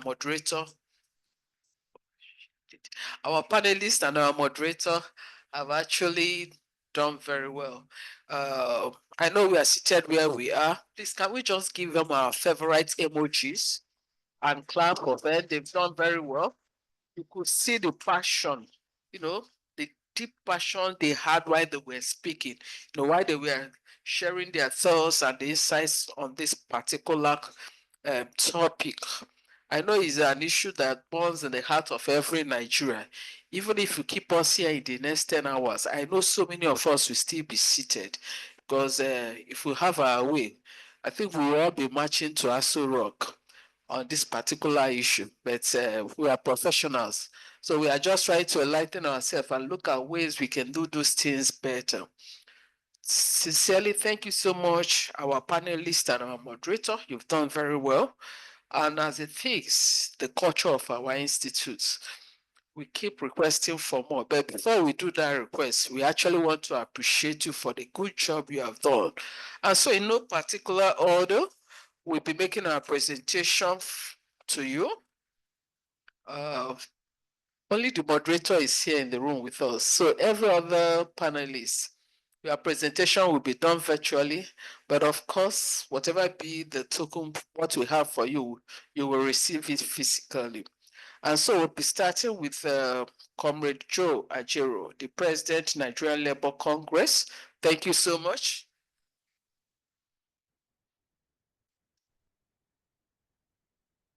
So this presentation goes to Comrade Joe Ajero on behalf of the President and the Chairman of our Governing Council of our Institute, Malam Ahmed Kubri, FCIPM FNLI.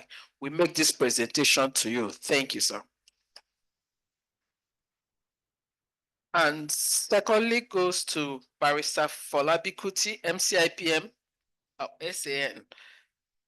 On behalf, okay, you are online, sir. So this presentation is made to you on behalf of the President and Chairman of the Governing Council of our Institute for being the panelist on today's The Advocacy Roundtable. Thank you for sharing your thoughts with us, and we appreciate you. Thank you, sir.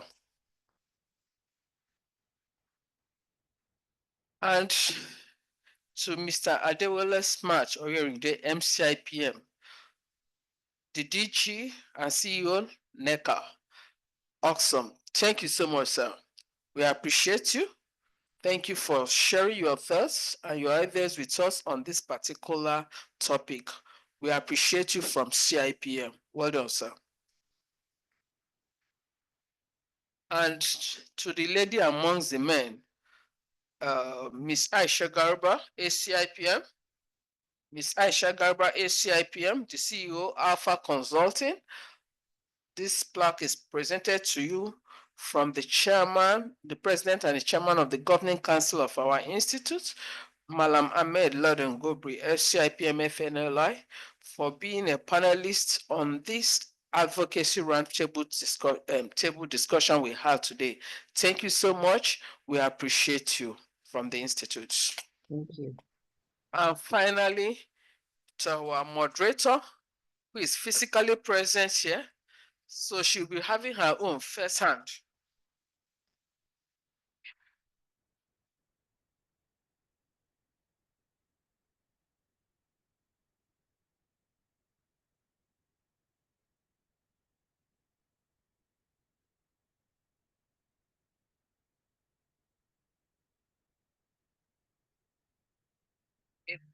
This is presented to Mrs. Olubukola Lawal, ACIPM, for being the moderator for today's discussion on the Advocacy Roundtable.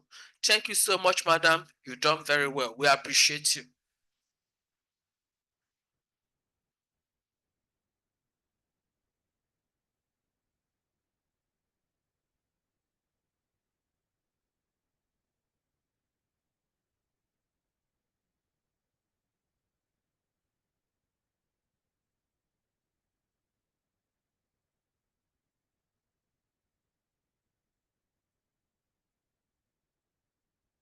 Okay, thank you so much. And on this note, we sincerely want to appreciate the Public Policy and Advocacy Committee of our institute, ably led by Dr. Arabi, FCIPM. Sincerely, you brought another server to this meeting today. Thank you for what you have done in choosing the speakers, the The panelists, they did very well. We appreciate you so much. For every member of the Public Policy Committee, thank you for your commitment, your resilience in making sure that this particular advocacy, this particular discussion happened today. And on that same note, we actually want to appreciate our engine house. We just keep pushing, telling them, do this, you must deliver on them. And they have no other choice but to deliver. Our HQ staff, ably led by our registrar and CE. Thank you so much, our deputy registrar, all the directors and all the members, in the advocacy committee, advocacy unit of our institute. Thank you for putting this together. And to our esteemed members, we sincerely want to appreciate you. In fact, before we went into the question and answer, when I checked the attendance, we had there about 572 members on the call. Thank you. If you had made this call and you didn't attend, I think it wouldn't make any sense. Thank you for joining our members. Every time we just keep upskilling. That is part of what we get from CIPM. On that note, we appreciate everyone, the technical team, everyone that have worked to make sure that this meeting became, ran well. We appreciate you. Thank you so much and keep doing the good work. Thank you. Thank you, National Treasurer, Mrs. Ogochukwu, FCIPM. Thank you for really doing that on behalf of our chairman, Public Policy and Advocacy Committee. We appreciate you. I'd like to invite the Vice President. The Vice President, Mrs. Chidima Obejisi, FCIPM, to please give the closing remarks, and thereafter we'll take the national anthem, the last stanza. Thank you. Okay, thank you so much, Madam Registrar. Please confirm you can hear me. Clearly, we can hear you, ma'am. Okay, thank you so much. The President and Chairman of our Governing Council, all leaders on the call, good afternoon once more. I must say that this has been a very exciting, insightful, and impactful session from the beginning to the end. And very timely too, that at this time we are all discussing this, that our salaries can't even take us home. Several months after the minimum wage had been set, we are still struggling, both the employers and the employees. Everybody is still struggling. But one thing that stood out for me, at least from the panelists, is that one, as HR professionals, we must first gauge for us what is productivity.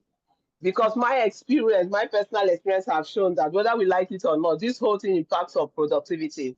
Either that the employees are disengaged and no more prepared to work as much as they used to work, or focus on chasing other sources so that they can at least meet up with their expenses, or that the employers are also battling with how to pay this. So it all boils down to productivity. So as HR professionals, let's measure productivity. And then I also picked out what Aisha said about looking at our policies.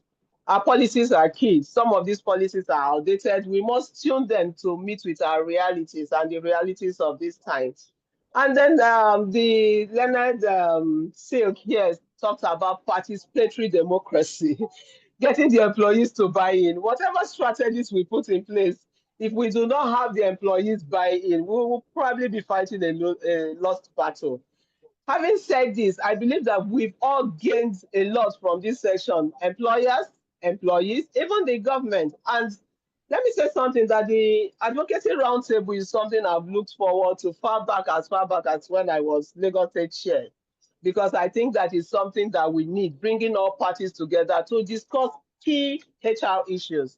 And it's exciting for me that today is happening. I do hope also that all that we have discussed will be put together and shared to all parties concerned, both for the employers, so they can also pick out strategy with which to navigate this situation.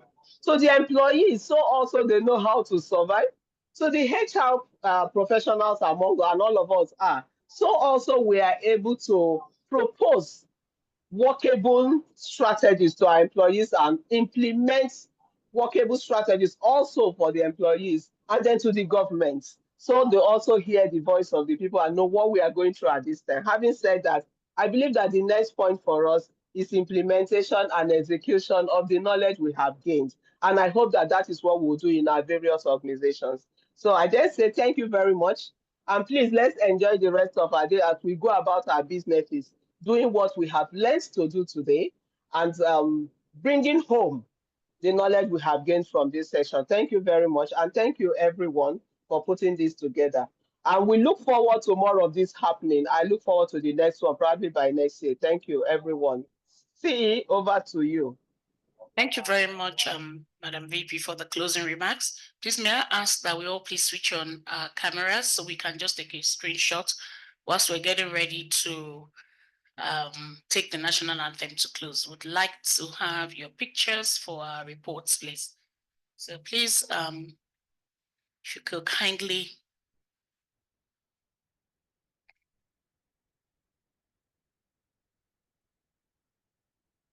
For those that are still online, please. Thank you.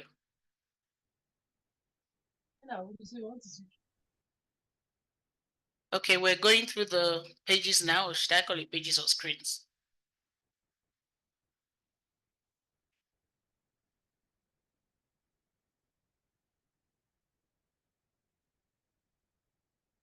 Done.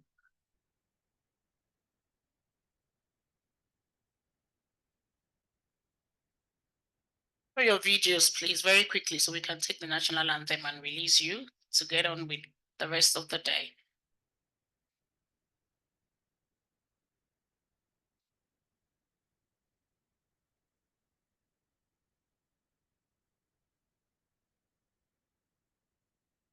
Are we taking pictures or we're taking the national anthem?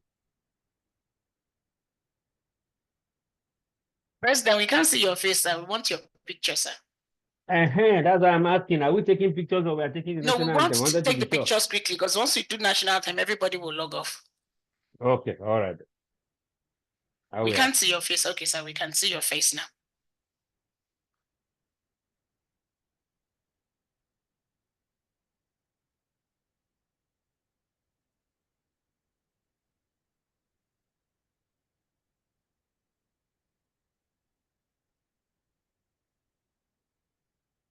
People say their videos are disabled.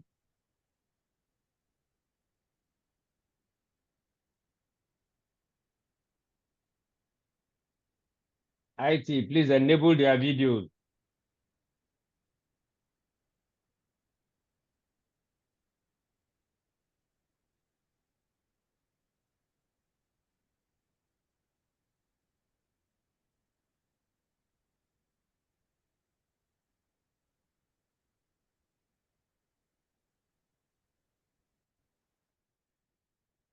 Please, your videos are enabled for our participants. Please, can you,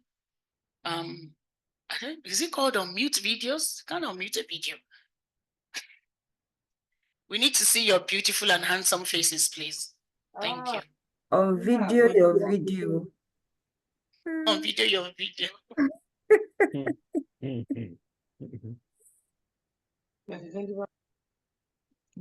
Guys. Okay. Say, sorry, we have to stop now. People are saying their videos are still disabled.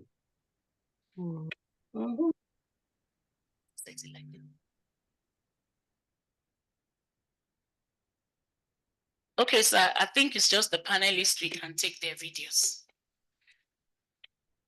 That's why we can't enable their videos. Okay, all right then. But we have their records anyway, so they'll be getting the recording as they've asked. And I thank you for attending the session. Okay, can we all rise, please, as we take the national anthem? The last stanza as a prayer.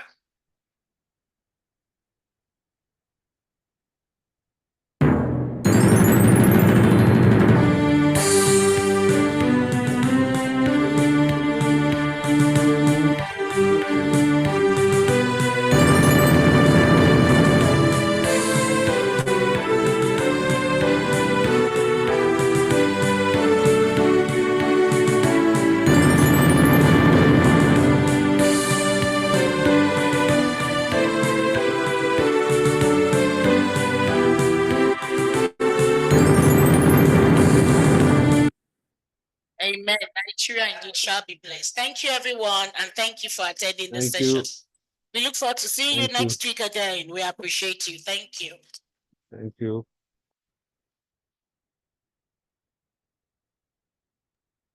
Thank you, everyone. Enjoy the rest of your day.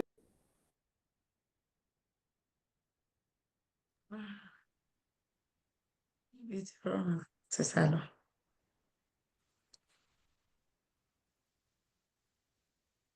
Oga Funmi, Good to have you, ECM. how are you, sir?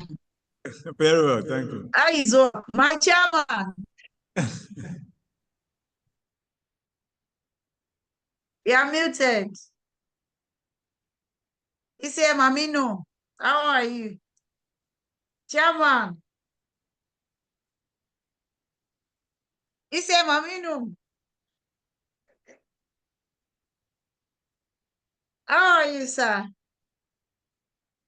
Good afternoon. Siesta, how are you? Bio, I agree to. My chairman, good afternoon. I thank you, Chairman, here. sir. I How don't are have you, another sir? job. Good ECM. afternoon. Good Well afternoon. done, no. Sorry. Well Esther, done. Esther, good afternoon. I'm telling you. Good afternoon, sir. Well done, no. Thank Auntie you. Esther, how are you? I'm fine, thank you. Yeah, Gio, I agree to. My honorable ECM, How are you, sir? I'm very fine. I'm here working for you. Avio, I appreciate that. Well done. That's you. Yes. Our registrar, ma. How are you, ma? She's greeting you, ma. Mr. Adegbela.